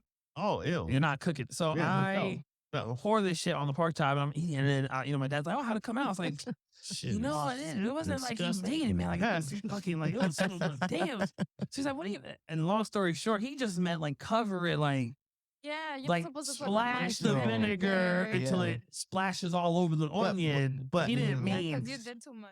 cover it in fucking vinegar. You don't cook it in the vinegar. You put that on as after. You It's like can. a garnish. You could do it both ways. You You could could cook it with the saute onion. vinegar. Yeah, that's what I would probably do. That's how they do it usually. Or you could just do it like that raw.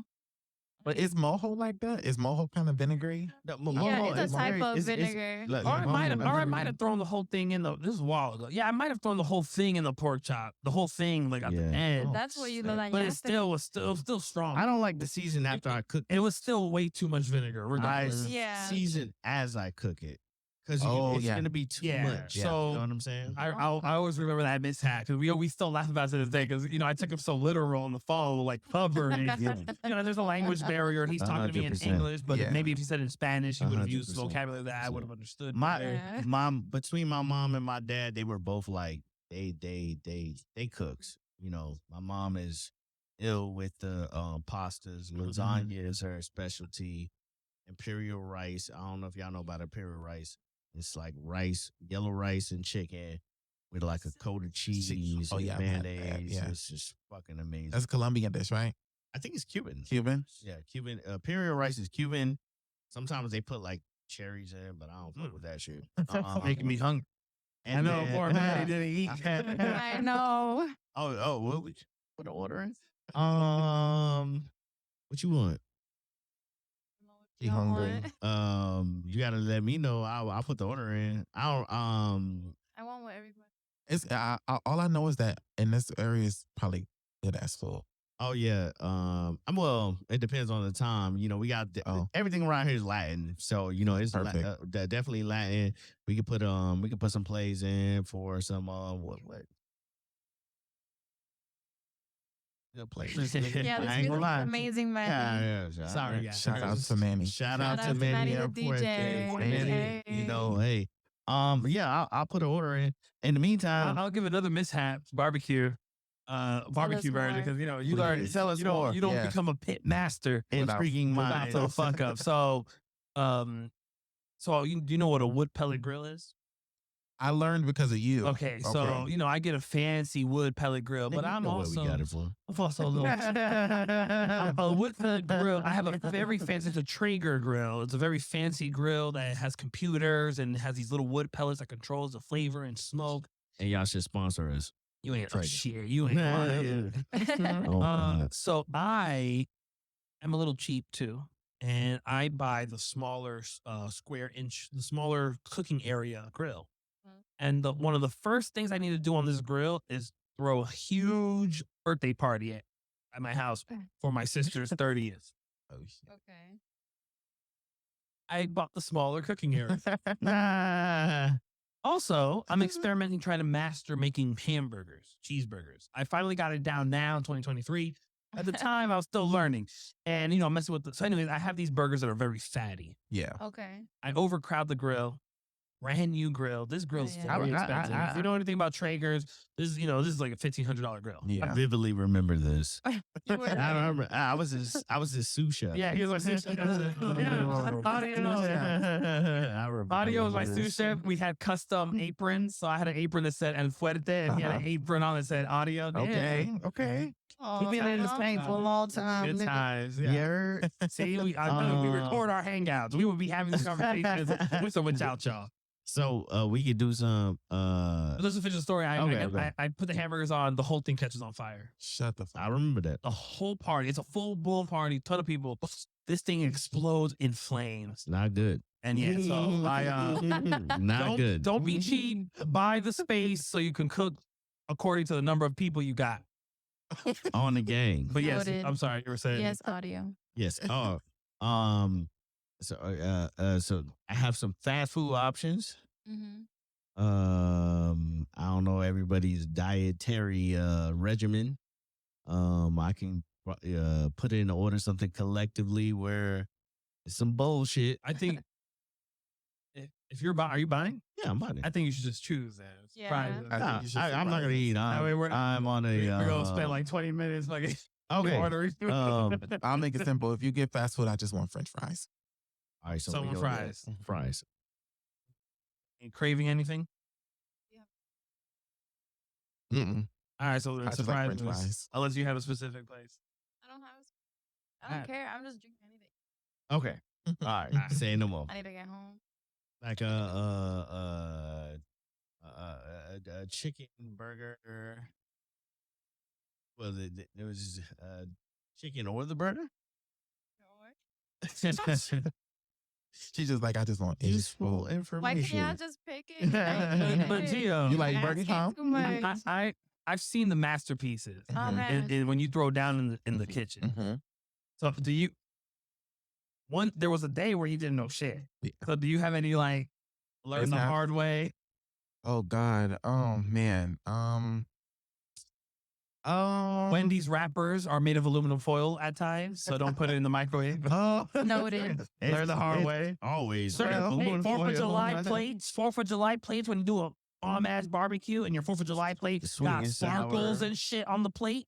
There might be a big ass sign at the bottom that says "Do not microwave." You learn that the hard way. I'm sorry. Oh, yo, that's you make a good point with that. Actually, Oh no, I'm just making this up. I don't know why I'm saying I learned the hard thing. thing. I think Text me. I think that I was making something and I didn't know how potent. I didn't realize how potent garlic is. Ooh. And You garlic can is over season. you can definitely I've done it. Yeah, you can over season and Oh, for sure. and with garlic you definitely want to make sure that it's minced and you want to saute it. Absolutely. You know, Agreed. so my my dinner that I was so proud of came out horrible, and I was chewing on chunks of garlic. When did you know? Like after you were done? Yeah, I was just eating. I was like, "What the hell did I just bite down on a piece of garlic?" Did that change you to like start tasting throughout the cooking process more or no? Or It taught me to slow down because I'm a person of instant gratification. So I like to move quick and get things quick instead of taking my time and understanding that some things don't need to be rushed and you can actually prepare a meal the proper way if you don't rush And it. sometimes because preparation and how that's like a beautiful life lesson. Yes, it is. Food, but no food is No, but is it's a like, yeah, great that- representation of like sometimes shit takes time. Yeah. You know, Mhm. that's you why I want to can't- hunt my meat. I do want to know one thing. Wow. All right. So what else we got on the doc? We doing so fucking well. Oh my god. You know what's one was interesting for me because I do have a story that is very specific to the first time that sticks out to me, but the first time standing up for a belief. Oh wow. Oh, like the hell you're gonna die on. I'm trying to think how I missed it. Okay, I want to know. Or if you haven't, then maybe a story where you didn't and you regret and you should have. But what kind You gotta of what remember kind of we beliefs? code switchers, so we Yeah. will believe some shit. Yeah, I feel the same way. The one that sticks out Nah, for me nigga. was because of my age. I was like 15 years old, and because I have to say this in a way that doesn't give out. Yeah, You know, so I was 15 years old, and I end up in a situation where everybody, and family members and stuff, and everyone, there's a family member who's like saying a story of like this happened, and like they're the victim story. And I'm 15 years old. I'm surrounded by all my family and friends, and this family member is saying the story, crying, real tears.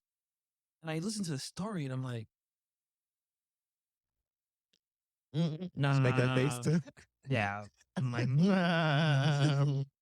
A ain't equaling B. It's not going to C.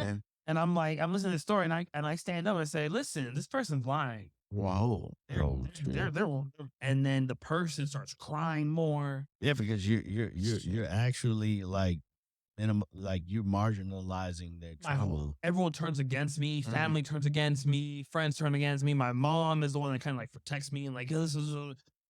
And then like 5, 6, 10 years later, it came out that I was right. The person was lying the whole time. The crocodile tears. All that shit. I just always remembered that story. And then more recently with politics, I had all the time where I would, the news would say one thing. I would do my own research and come to a different belief. And then I would have friends and family like attacking me. And I would have to defend my position.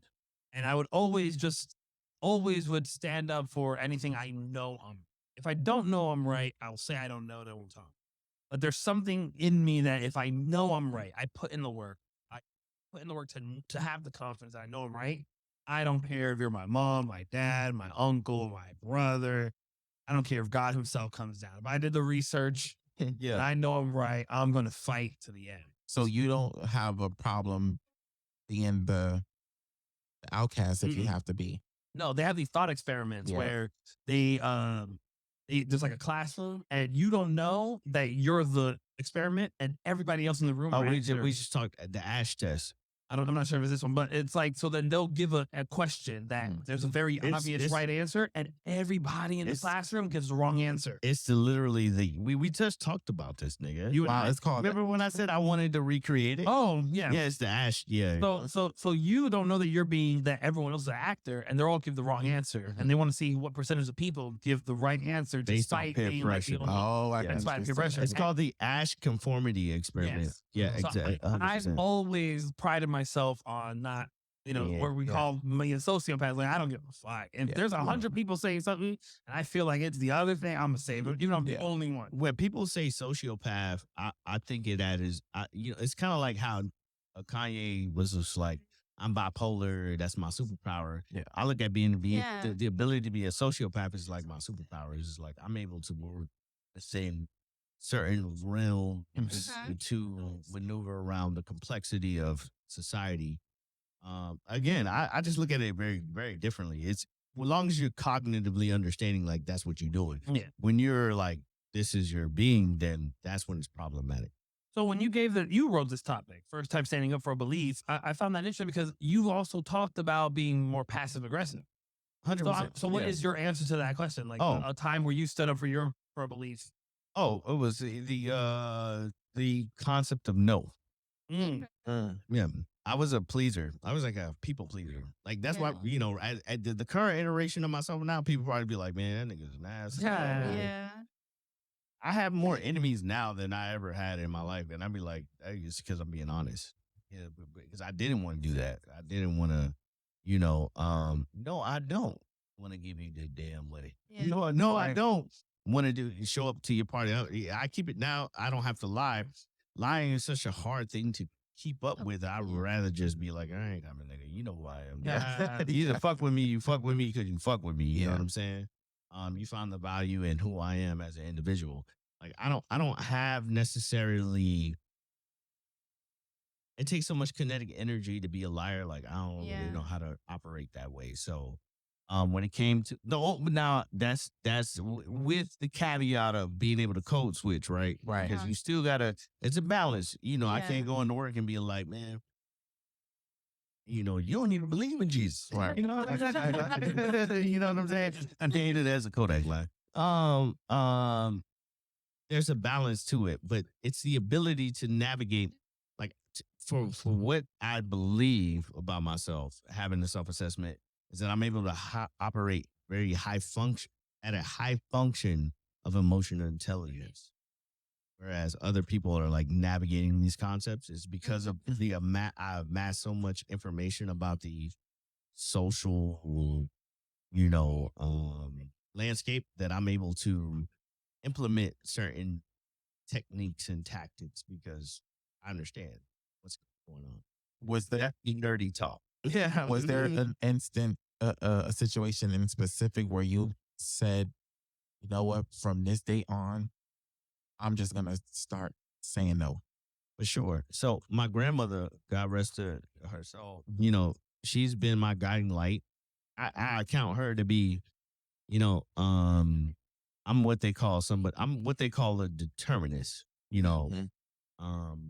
somebody who thinks that everything that you do is accounted by something that you experience, so what you do is not a guess to me. It's just like, we just have to find a defining point that made you do what you did. My grandmother was the defining point in my life. I went from I'm less arrogant now because of what I understand about the universe and in reality. I used to be like, man, I'm different, nigga. I'm different. I'm special. Where now I know I'm just simply exceptionally lucky that I was born to Tyrone Nelms and Soraya Ahmed. And my grandmother was who she was. And because of what she was able, I remember it was two particular moments in my life, fundamental moments. She said, I don't give a fuck. This is my real name. I don't give a damn. I'm going to keep it real. She said, Alex, is it true? And I said, nah. She's like, so why do you care? And I was just like, damn, that was deep, grandma. So you're right. Yeah, that bitch lying. And then she was like, Alex, you got to understand the most powerful word you'll ever learn is no. And I said, no. That was the hardest word I ever had to learn. It was like, nah, I ain't felt it. And to piggyback off of that, someone said to me, if you want to see a man's true colors, tell him no. Like, if you want to see, you really want to see who they are. Yeah, if you want to tell a friend no, and see how much they stay your friend. Yeah, exactly. Yeah. Because I'm only your friend as up to the threshold of what you can do for me. Absolutely. Person. Yeah. Very similar to something that happened to me. I used to also be a people pleaser. Right. I didn't get the same effect where probably you did. If anything, the more I tried to be for people, the more they would, the more they didn't like me. It didn't make no sense. Because you're in a constant state of trying to please people that I never pleased. and they're in a constant pursuit of, until you no longer serve me. That's why it's so important to take that stance. It's just like, look, this is who I am. This is what I have to offer. This is what I'm about. This is what I'm gonna do. You don't want to fuck with me. Guess what? I probably didn't want to fuck with you in the first place. Objectively, in hindsight, I look at the people that cast me to the side. I was like, well, you ain't no good for me anyway. Yeah, right. Exactly. This is an easy choice. Like, you want about me? I gotta be a lot of bone. You know what? I think the older we get, the less patience and the less tolerance we have for like stupidity, stupid stuff. That's on God. Things that just bring you stress or drama. You know what I mean? So saying no is a way to eliminate that and keep that out. Because the more you say yes is the more you... It's like the lending the money. Right. Like, it's almost like a test. I was like, I'm going to tell this nigga no. And he could respect it. Or he could come at me and be like, man, you a fuck nigga. And I was just like, yeah, I am a fuck boy. Yeah. And I don't fuck. Well, ask Since you want to go and put the title on the bitch. Let's go. So, that's It's something that you stood up for. Something. Yeah, you got to stand up for yourself. And you standing firm because ain't nobody. When I realized that I wanted to be me unapologetically, mask off. Like, I ain't never I don't care. Niggas know what's up. Hey man, we invited that nigga audio. He may not come. shit might be a surprise. I Yeah. keep shit exciting. So That's a way to go, though. yeah. And I also wanted to let you know, like sidebar, that mask off episode was amazing. Oh man. Link down Big below. kudos. Oh shit. Okay. And I'm gonna tell you I why. appreciate it. The effort and the energy that it takes to try to be somebody that you're not unauthentically is draining, and it's exhausting It's too much. to keep up with that. Yeah. And I think people will really appreciate it more if you are just unapologetically you. Right. And you're not gonna please everybody. You're not gonna, everybody's not gonna like it, but this is what I got to give. That's Just why I take it said or- last time I It's can't all I stand am. agreeable people. I can't stand people that always be like yes, and then later on like resent you because they said yes something that they really didn't want to do, Exactly. and they take it out on you, and it be all weird. Like I hate that. Like I'd rather a person tell me no straight up. Yep. Like, I've that does I've not hurt my I've feelings. Did you at watch the all. Mask Off episode? No, That's a good one. I don't know what y'all talking about. it's Link- one of link the, down below. Yeah, link down below in the description, and make sure to hit that notification bell and comment below. I was telling Gio about how watching back to the Mask Off that in the moment because I was the one I lived the shit. That's the worst episode. No, it was not. No, You watched it back. no.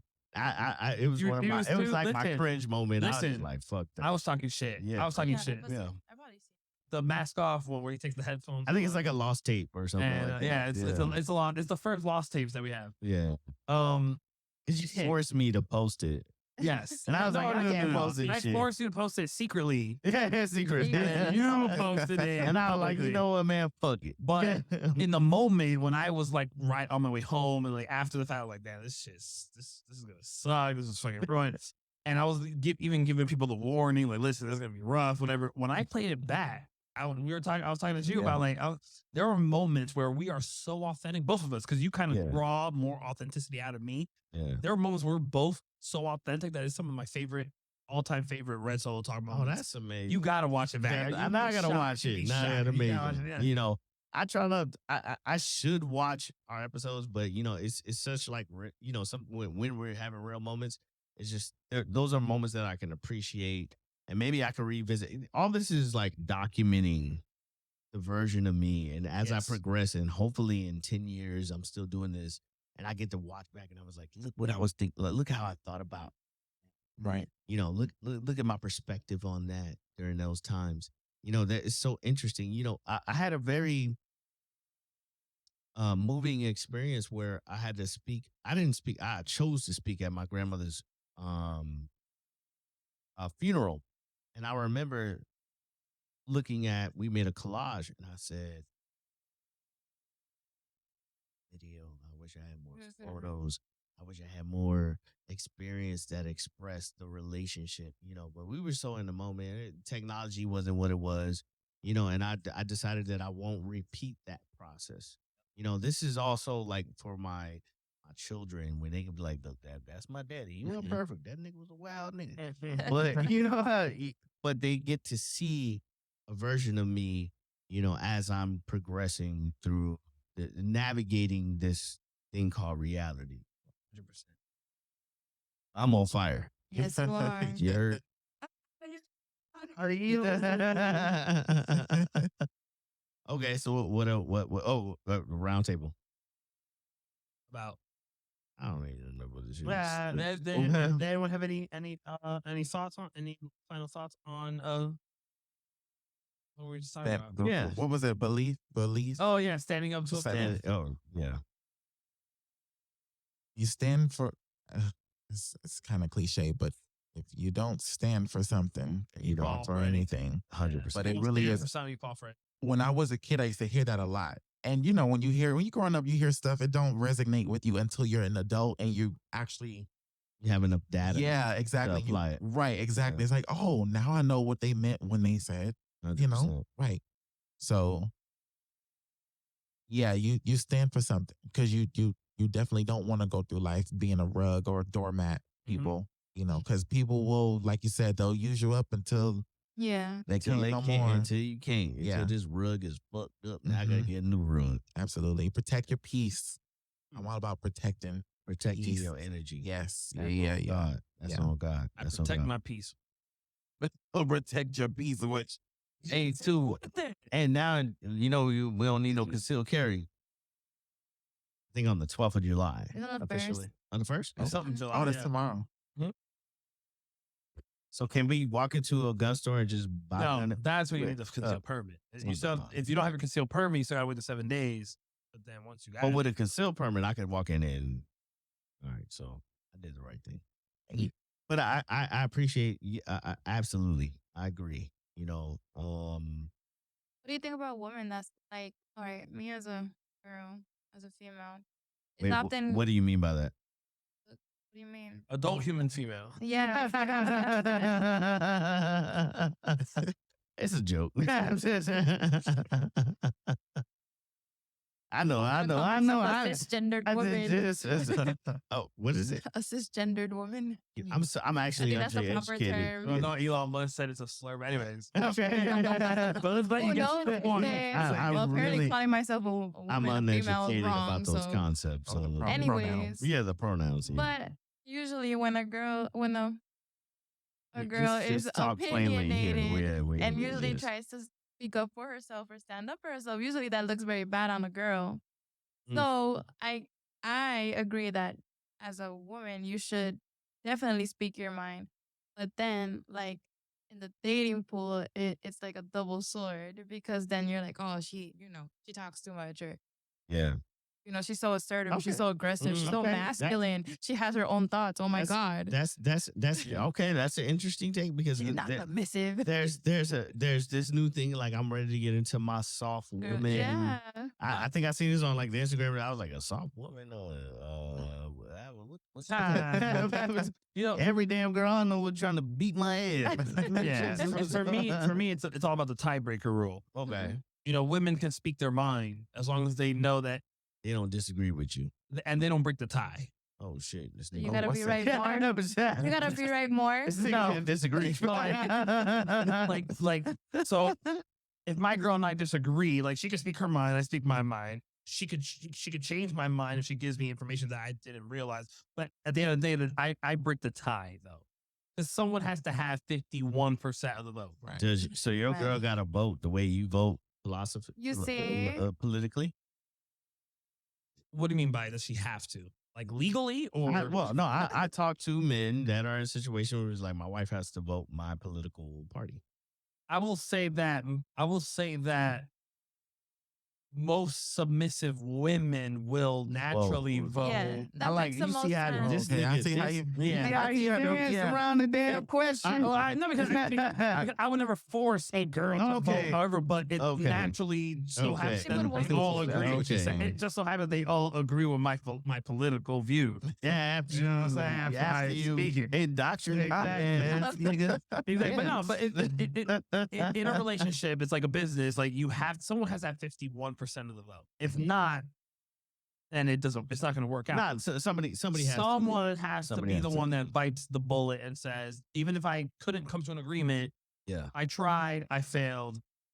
We'll live to see another day. Yeah. But I'm going to now shut up because, That's fair. and some women want to have the 51%. Then they just have to find a guy that wants 49% of the vote. And That's Yeah, it. and It's that simple. exists. But I most hate girls that. don't want a guy that wants No. 49% of the vote. Most girls want to opinionated too. They want to be opinionated and like have 51% of the vote, but then have a guy that wants 51% of the vote. Where do you find yourself in relationships? Are you more agreeable? Or are you the leader in a relationship? No, I'm definitely more of the submissive type. Being gay sometimes it's kind of hard to pinpoint a homosexual relationship, whether it's two women or two men.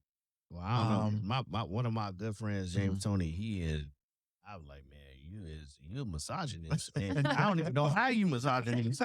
Because he was like, I was like, God Yeah. damn. I just naturally I don't have that. I don't have that. That's naturally. Yeah. Like naturally, I'm just a submissive person, and I don't have the desire to go back and forth with like, or Yeah. I don't have the desire to like challenge my partner. Okay. So if he is, informing me of something, But what if he's wrong? well, then I guess I'm just gonna follow his lead. That's crazy, right? That sounds crazy. Right. That's just me. Double truth bomb. Yeah, like, you know what? Because it's Oh, yeah, man. that's You're not the gonna truth bomb. lead No, me you're right. into the You're pits right. of hell Yeah. because you don't want to be wrong. What if Well, I'm you- right? Well, then you chose wrong from the get go. Yeah, you On chose the wrong nigga. one Oh, it's decision? accountability. On one decision? Like, let's say you would agree on That- everything, oh, but that man. one thing you don't want to listen to me, but I know I'm right. Like, Yeah, you that's still true. won't Well, listen. eat it. You got one out of a Alright. 100. You're saying they're always We're gonna right take except the one. no. You're saying I they're ain't saying they're always right. You're saying they're always right except this one exception. Then eat that one exception because they're going to continue being right afterwards anyways. Oh, no, I don't mind. I don't average. care. It's To average. be honest. It's average. It's emotional bank account. Yes, it's They're average. not always right. Hi, I miscalculated on this, Bae. You know what? I should have never used your credit this way. Yeah. Abuse a girl. If you abuse a girl and you're just authoritarian figure and you're just gonna because I said so, like you're going to eventually No, those, she's gonna leave yeah, you. Yeah, no, Yeah. 100%. I never operated from that space. Like I ain't never had to force people to do anything they ain't want to do. You know, at the end of the day, it's a discussion. I don't even try to get into people's brains. You know, like at this point, like I ain't trying to. I practice something called there's emotional intelligence and there's something called psychological acceptance. Where I'm just like, who you are is who you are. Oh yeah, This is what you're gonna do. absolutely. I don't feel bad. I've removed all expectation when considering you're gonna do whatever you're gonna do. I ain't got no control of that. You know, so because of that, it has harmed me in the space where we talk about, you know, the biggest thing about the transitions when you go through relationships. And I say that if I mourn anything, I mourn my innocence. I mourn the innocence of being able to love in a way that's so like Feminine.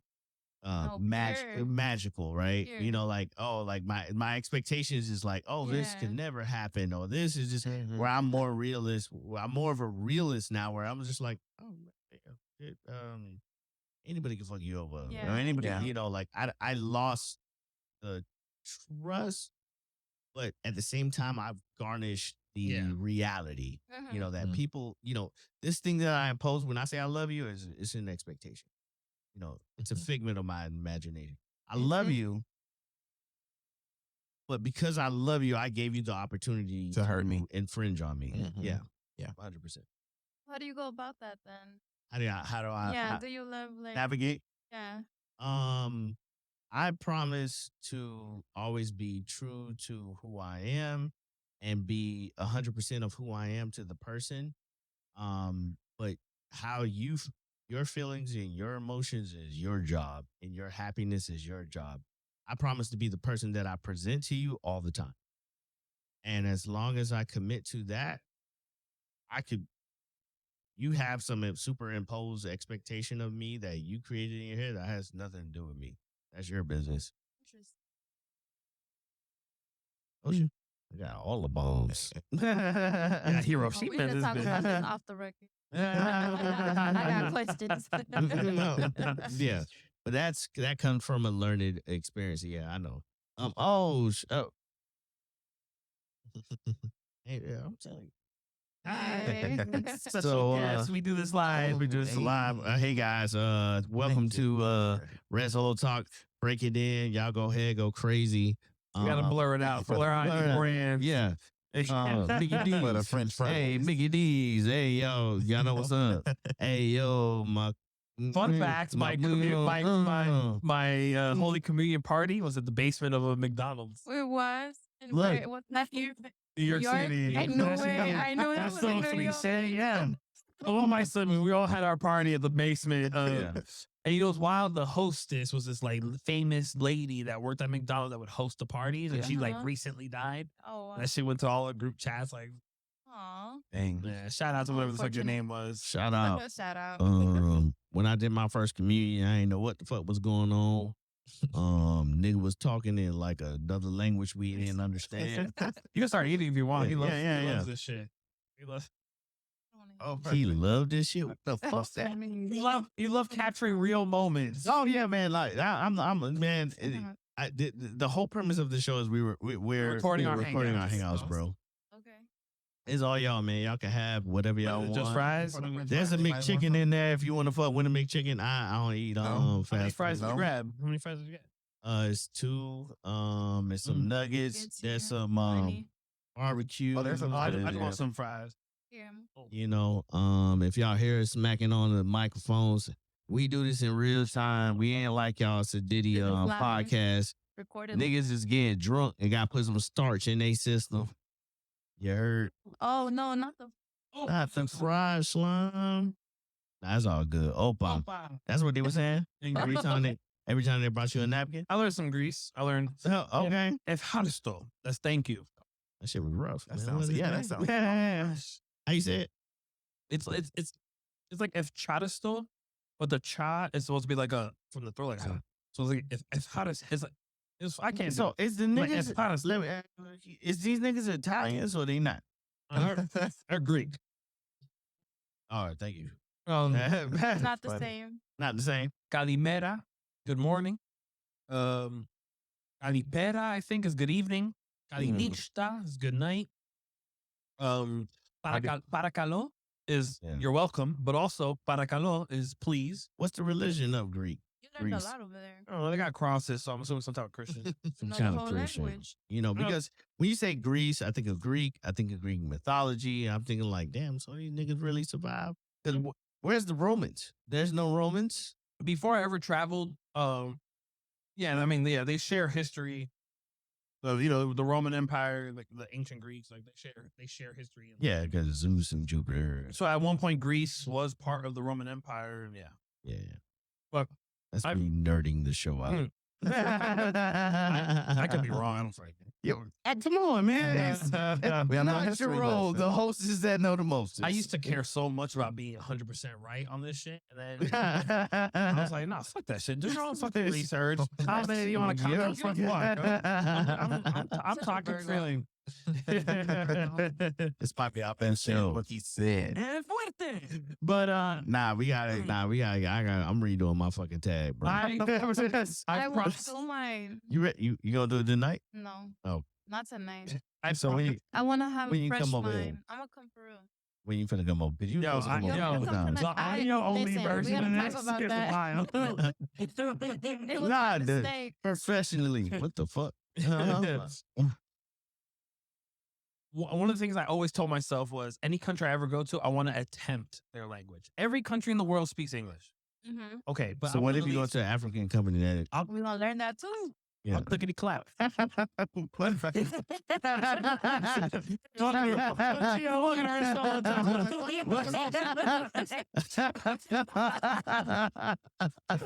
Like, oh, what? hey, Gio was like, what? Hold on, wait, what the fuck? They gotta speak it in dialect. But so I try. I always asking all the locals, and then anytime I learned the word, I would just run around the city saying it. So when I learned "Galinishta," good night, was when we were leaving the restaurant. So every time I was walking from the restaurant to our room, Yeah. every local I saw, "Galinishta, Galinishta." Galinishta." Let me ask you I a was thinking question. Do them niggas got like a word for like they be when they over there and they be like, oh, Zeus? Nah? Bro. All right. Dad joke? it. Dad joke? Zeus is I like that joke. the Greek god of I thunder. get it. I get it. Dad joke a little bit. All right. It was funny. No, you I give me want a the fucking answer. bomb, I want the nigga. He's on a bomb roll. I'm on a bomb roll. You broke the streak. Addies. I don't have my usual energy today because That's all good. You the hardest working woman that I know. thank you. I- for that. agree. We appreciate that. Have a man. dog. I appreciate you. Because to show up for this shit, like, and And this we is the just third saying time that. I do this where last time it was worse because I was like 4 days straight without sleeping. Today is just 3. I'm okay Yeah. though. You doing your thing though. Yeah. But they're strict with their language because I Googled how to say 2 waters, please. Because the server was terrible. So I was saying, Oh shit. Dionera para calor. And the guy looked at me like I was an alien. I said, Dionera para calor. Dionera. And I was like, 2 waters. He's like, oh, Dionera. Oh wow. Because the accent's over the A and then Oh, the E. yeah. And the If fucker you was like, understand man, I ain't Spanish, close enough. That You know, was really close. would have been worse if he was like, "Oh, you want 2 waters?" That'd have been worse. Yeah, so no, they all spoke English.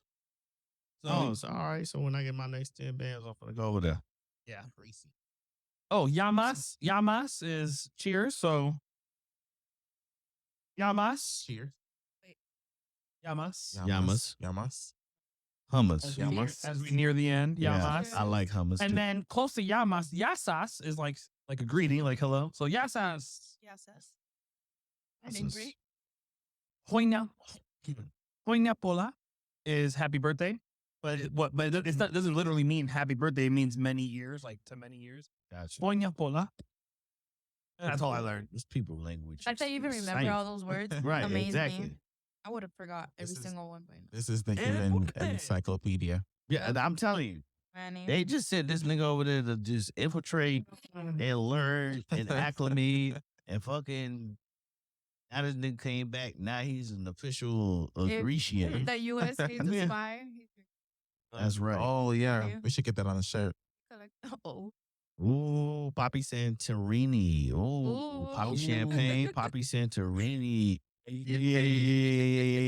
I'm sauce. That's what I do. I just drip. Yeah, for the if you're watching if you're binge watching episodes, you see me right now like a lot darker than I usually have. So yeah, you look that's very, came back you're very Yeah, olive colored. I call it getting Wesley Sniped. I come back from vacation. That's racist. nice. I don't know. Yeah, just don't bring It up is black deep. people. In the beginning, my brother used to be like, "Yo," he was like, "Why you hang out with that racist nigga?" I was like, "I don't know, he's kind of funny." Me?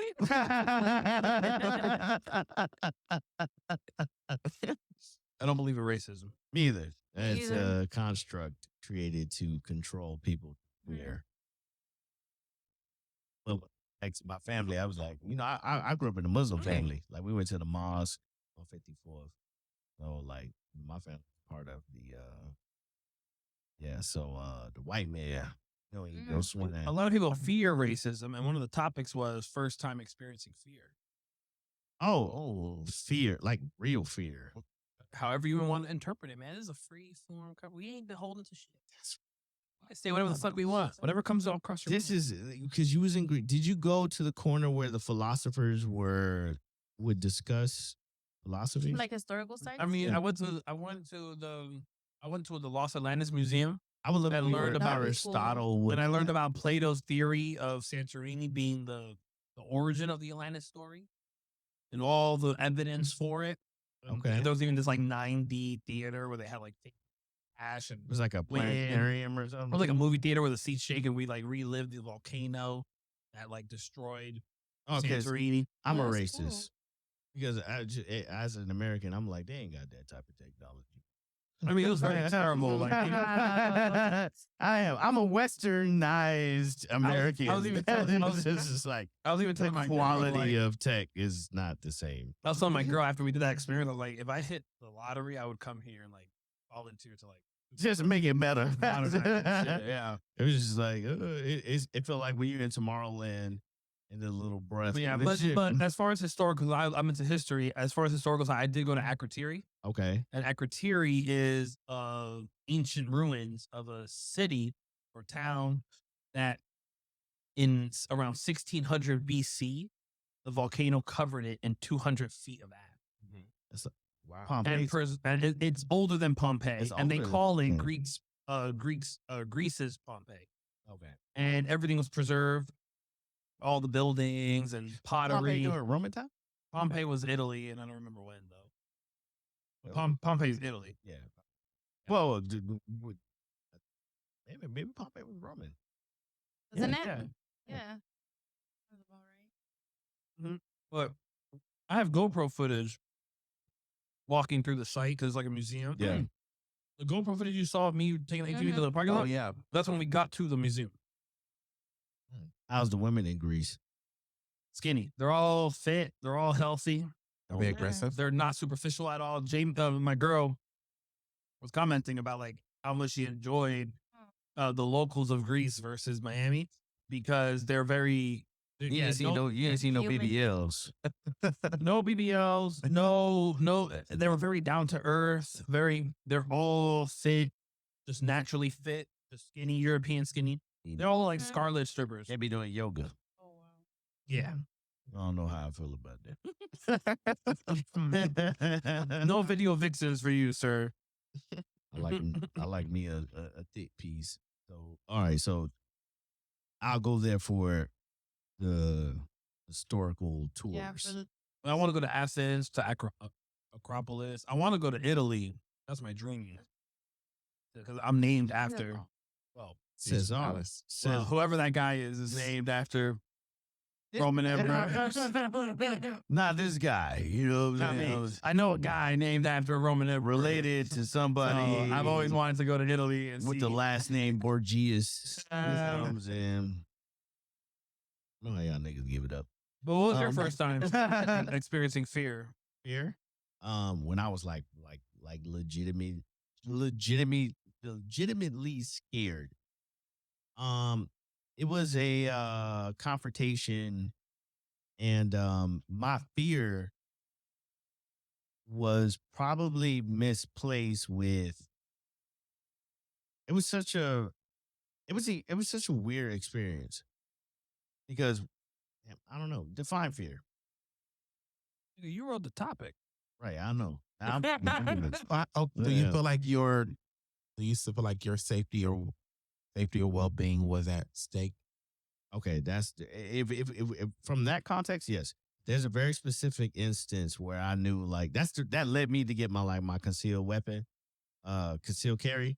I was in a very volatile situation with somebody over there in Hollandale, in that little area where they got the little office buildings, and we were looking for a studio, and I was with a good friend of mine. He's been on the show. Shout out Tino. And You with him? yeah, and I asked him, I was just like, he went up to them like, I ain't really, I'm not the type of nigga like I'll talk to niggas. I'm like, I'm finna figure it out. Like, he's very random. Like he'll just, so you finna get that turkey sub. I was like, I wonder if you don't even know that nigga. But he's like that, but that's his gift. I told him. I wonder if his sweetness emboldened them. I didn't know it was Tina. Yeah, it excited. Because I know Tina. If I would have if we never said nothing to them, we probably wouldn't have had it. It was a drug den. They were selling drugs out of that situation because I seen the dope fiend and he was just like, who them niggas is? So he was just like, man, he's going through the whole story. I called this person. They said they got offices here. I'm like, these niggas ain't here to sell no fucking real estate. These niggas selling drugs, niggas. So it was this volatile situation where they were overly aggressive with him. And at that time, I didn't carry on me because of the law. So I had my gun in the trunk. Oh, that. And I just edged myself. Remove the tip. You goddamn right. But continue. Yeah, I'll get y'all some napkins. And so I edged my way to the, I remember being they're literally there's probably 20, 30 feet between us. And I found my way to the back of my trunk. But I know if I pop my trunk, I'm exciting the situation. Because they're looking at me like, what's up? And I'm looking at them like, damn, I want to die looking for a studio, man. I just wanted to, you know, I had it was that defining moment where I was just like, damn, I'm really gonna have to fold. Where I was just like, it was to me, because I'm a prideful nigga, I ain't gonna lie. I got into a lot of fights in my life where this was a defining moment where I was just like, we not talking about fist fights no more. We talking about real exchange of potential, life-changing violence, right? The real fans heard the story. Huh? The real fans heard the story that I don't know if you're going to repeat ever again. Oh, well, it's the same story. Yeah, the niggas was calling me everything out of my name, and I was doing everything in my ability because, as an educated man, I was attempting to, they call de-escalate. And they just was not having it. It was just like, fuck you, nigga. Don't talk to me. And I was just like, wow, this is really irrational. Told you I wasn't a problem. I was just not going as I was taught in crisis prevention. Stop, You drop, know, and roll. everything went out of the door, and I was like, "Oh, this is a real situation where I'm gonna have to find a way to pop my trunk, get my gun, and I'm a square, so my gun is in 3 pieces. You know, because I don't have concealed carry, so I'm trying to follow the law, and I'm like, 3 actions. after that led me to go get my it was like after that I was like, never again. It's on me. So the next time one of those some bitches try me in my face, it's like, damn, like, I'm no questions asked.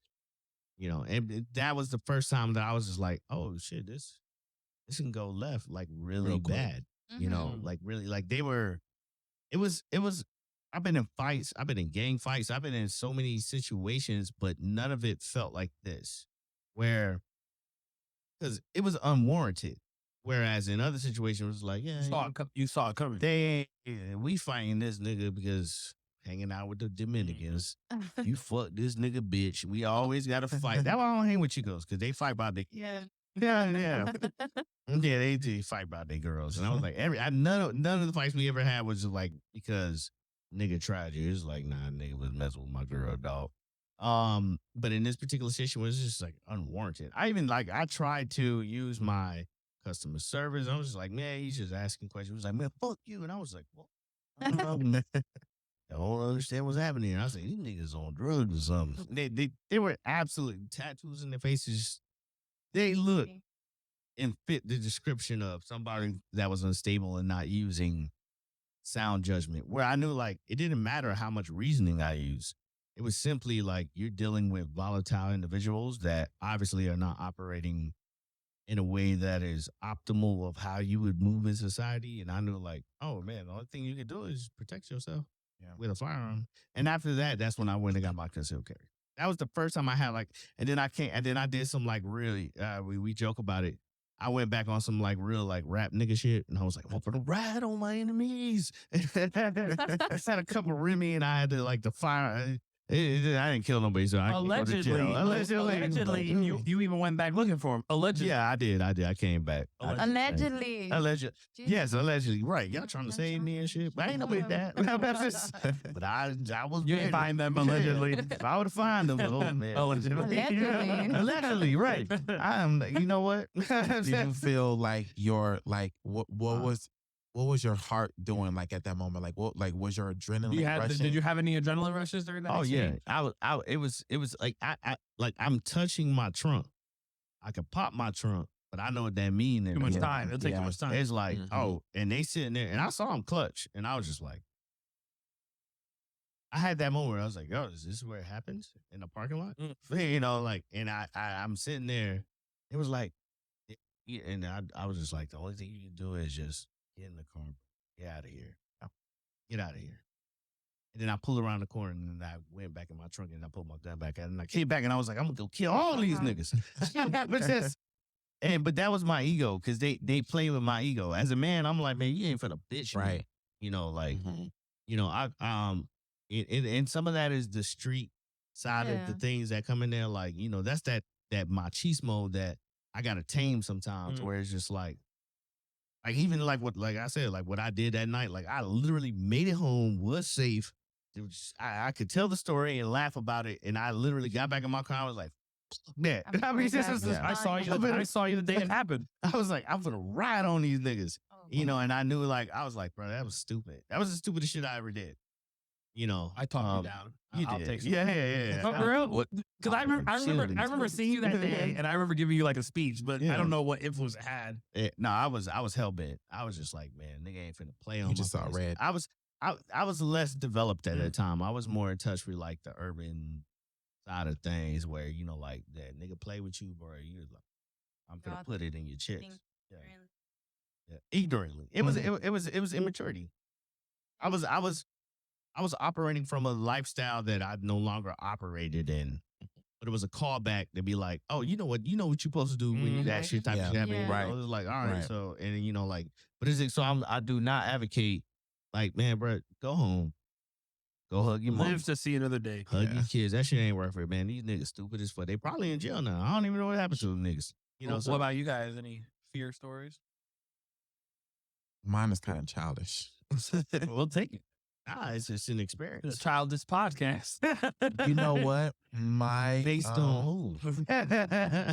when I was like, I mean, every kid was afraid of the dark, but I was petrified of the. When I tell you, I mean, I thought something was gonna like. I swear, I thought I was gonna lose my life in my sleep because I was just scared of the dark. And my mom Don't had look over there. I do. what? Yeah. I missed Was that something. racist? Oh, that. Why you hang out with him, bro? I don't know. He's an animal. He's I don't forced know to. why. Yeah, of course. I have to. He gets paid to hang out with me. He's my favorite racist. Yeah. Yeah. That's why. Yeah. I'm sorry. I was deathly afraid of the dark, and for some reason, like nothing could like shake that. And my mom, she had a boyfriend at the time, and he came in the room because she asked him to talk to me, and she was like, "I need you to like try to get him to understand that, like, you know, the fear is what did she say? She said fear isn't real. It's just a figment of your imagination. Oh, that's Like, fire. It's not something That that fear like that you feel yeah, is not real. it's not real. Yeah. Like that's I don't know where that comes from, but it's just made up in your head. Yeah. So he came and he talked to me, Sir, it's fire. but and he told me to start going to sleep with the Bible underneath my pillow. And I did that for years until I got older and realized, wait a minute, like I'm still doing this and I don't need to anymore. Like I was really, you know, like I don't know what it was about. I don't know what it was about the dark. I had to sleep with a TV on, the night light, Yeah. a lamp, the whole light. Now at this age of 31, I need total darkness when I sleep. Yeah. So it just amazes me how I went from that level of fear Right. to being brave and then also like translating that fear into other that courage into other aspects of life. 100%. You know? 100%. Because a lot of our fear is It's you know, we self impose it. yeah, Like we create it. yeah, You know, like you'll create things that haven't happened yet. exactly. So you refuse to move. Mhm. It's because your head, you done create a scenario where you already lost. Yep, Yeah. exactly. It's like Okay, audio. Audio's on the road tonight. all right. Yeah. You ready? What about Well, me, I was sharing stories. Since we are sharing, it is a podcast. Well, for me, I guess it was a defining moment in my life where as a preteen, for some reason I got very ill. Okay. I got very violently ill to the point where really I was told that I was not, gonna make it. I almost lost a limb at one point too because of an illness that I had at that time Okay. that developed, and they couldn't find like the how to Like the how to cure it or right. how to medicate it properly or whatnot. So at that time, I got really ill, and then I got sent to Dominican Republic, and that's how I ended up living over there. And when I got over there, I don't know what happened. I almost died. But before that, I was a very wild. Like I was the complete opposite of what I am as an adult. Like I was evil. Like Oh, I was like a different person as a you kid. can't, like I'm Not the evil. person that I'm in like the experiencing. I'm like, what? No, like it's not like I wasn't an evil person. It was just like I lived very differently, I Okay. guess. Like I didn't care. I had no regards for other people. Like I was wild and You was like the Rebel. kids Yeah. that you was on like Dr. Phil type shit. Like, yeah, I like think you were like so. that, baby. Yeah. Catch me outside. Something like that, yeah. And then for Oh, some reason shit. I got sick, out of nowhere, and then when you almost don't make it, Yeah, that's I've never been near-death in experience. such Yeah. those experiences, but I can imagine the impact. But I'll let you carry on. yeah. So I guess I don't know what happened. As when you're like in the bed and like it's like just have that feeling of like, oh man, this might be it, and then you First time getting COVID. yeah. Yeah, Never caught COVID. oh Oh no. Never. Oh shit. Until this day. I've had it. Whatever.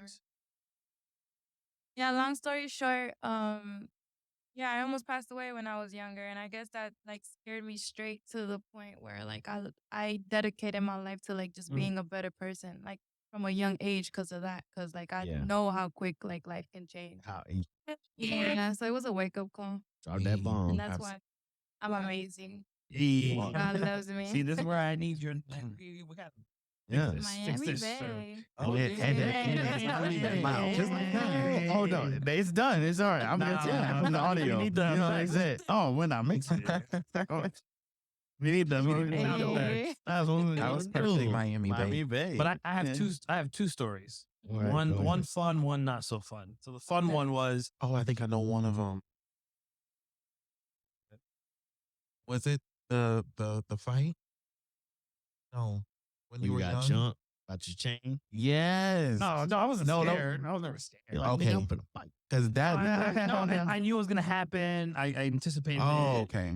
Okay, you did. Yeah, you did tell me that. Okay. Black people can't hit hard, no offense. I mean, I Racism. Wow. Racism. Because I got a meat. I'm just saying, listen, if you had to fight some like black kids that grew up playing basketball or some white kids that grew up like on a farm, hauling hay, like the hit is different. Anyways, anyway, I don't see it. sidetrack.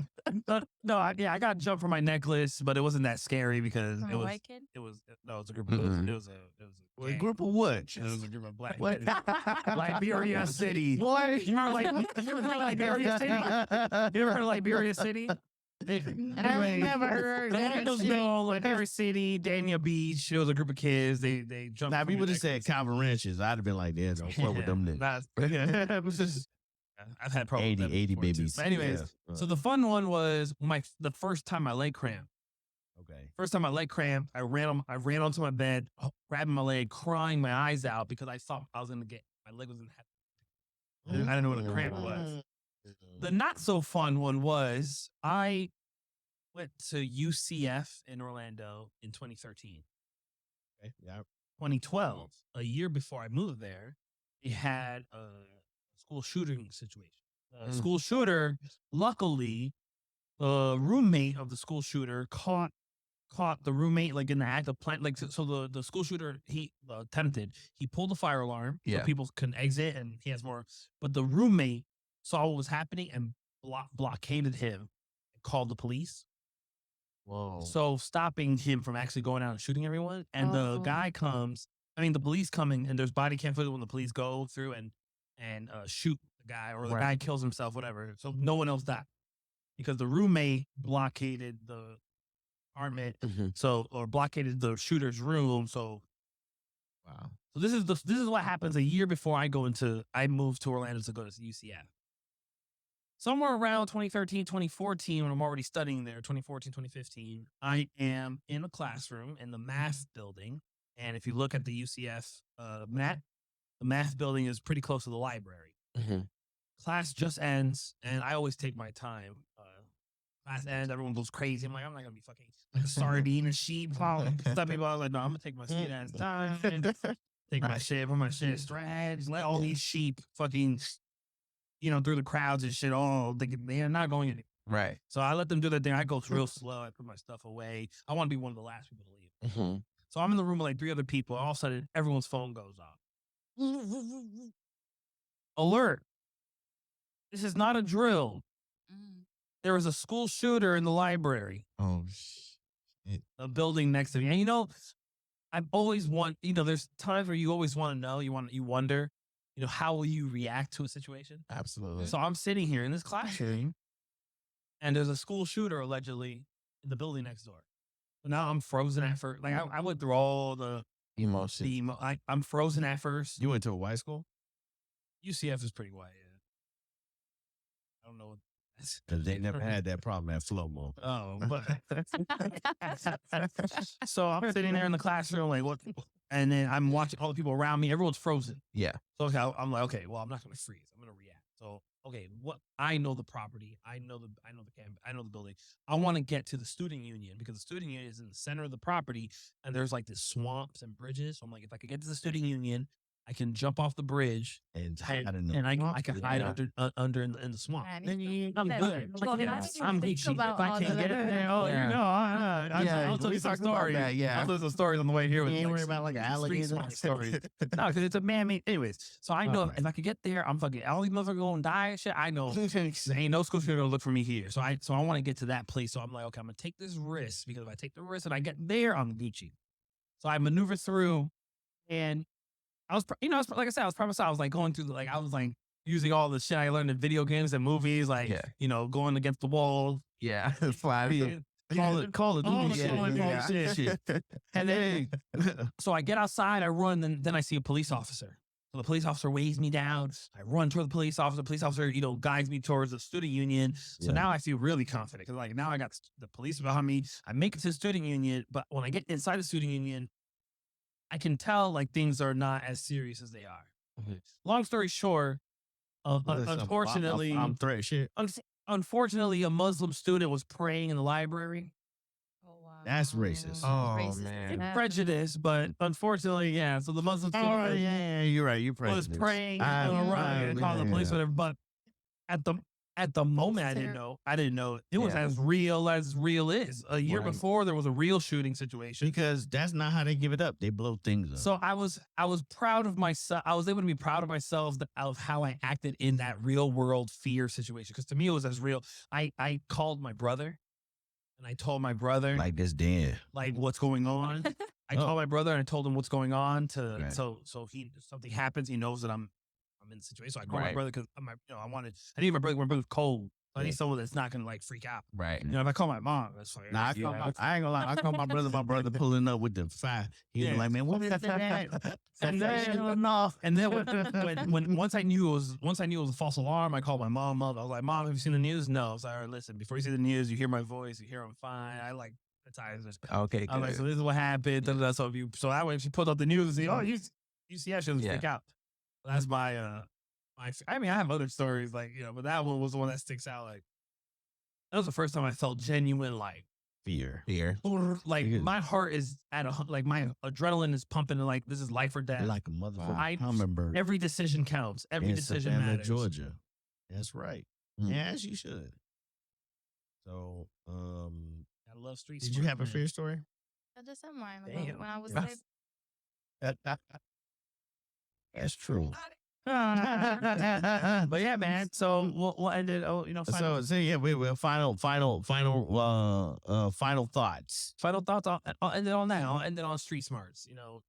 It's one thing to read books. It's another thing to understand the truth of violence and danger, and that balance of enjoying life while also protecting yourself because you want to live a long life. That's right. So don't be so fearful that you don't move, but don't move with such ignorance that you're open to any attack. 100%. And whoop a nigga ass if you gotta get it. yeah. Oh yeah. Be on point. Self-awareness is everything that you need to know. If you have self-awareness, you have the ability to assess situations and assess the environment around you. You know what you're supposed to do. The thing that we should be reaching for in life is self-awareness. Mhm. Once you acquire that, the game gets a little easier. Miami Bae. Mm-hmm. Everyone. Are you Yourself, stay great. No. Be yourself. Be yourself, stay great. I like that. And when we I'm have, exhausted. you know, I can't think. what I envision when we have production, I want to be able to press a button and all of a sudden spotlights Oh God. Oh, Who wants to be a millionaire? just like that. All the lights. So now we're gonna pretend that's happening. Now we're gonna Geo. Oh, Shout out to Geo. Hey, man. First time on the podcast. thank y'all for having me. First I time for appreciate joining. it. Yeah. So final I'm thoughts. honored to be here. My final thoughts would be to keep your mind and your heart open always, no matter what. that's right. Yeah. And I'ma you'll just always leave it look. I was like, Would you he do it got him again? a bomb. He Would you got do him it a again? bomb. I got me a bomb, huh? Oh, absolutely. I would do it again with a different drink. All Okay, right. yeah, we No, can try no, it. No. You heard that here. The next episode with Gio's bringing the poison, and Okay. he's gonna that bring, nigga finna be some Casamigos. No, I might bring a peach balloon. No, it's the Ooh, I like me some Lenny's. We have We Lenny's. did. We have Lenny's. we, I I like that one of mimosas. I go into details about the white peaches versus the yellow peaches. Oh, okay, He goes yeah, somewhere. okay. This Come nigga on, goes man. somewhere. He's come on. This nigga did like a cranberry puree. I was like, nigga, just give us the champagne with the peach juice, nigga. So you heard it here. Verbal contract legal in the state of Florida. The next time Gio comes on to the Red Solo Talk. Stop kicking me his damn nuts every time I do it, nigga. For the record, Gio's mentioned his name, Giovanni. Nah, that's fine. That's Like, fine. That's Next fine. time Gio's on the podcast, he gonna bring the poison These in Bellinis for and everybody. walk us through it. And all gang, this is Red Solo Talk. And make sure y'all Yo, go ahead. boy. Oh, my name? Hey guys, I am Mario Jones. And I'm the co-host that knows the most, Manny. Co-host is the co-hostess that know the mostest. Exactly. Hey. And- And the beautiful and amazing. Maddy, a.k.a. Miami Bae. Yes, sir. Special guest Gio in the house. Gio in the house. And So y'all tune in. Make sure y'all subscribe. Hit the comment Thank you button. so much. Hit that notification button. And then see your boy too, man. It's your heart. Because it's been another successful episode of Red Red Solo Solo Talk. Talk. So until next time. Bye. Peace.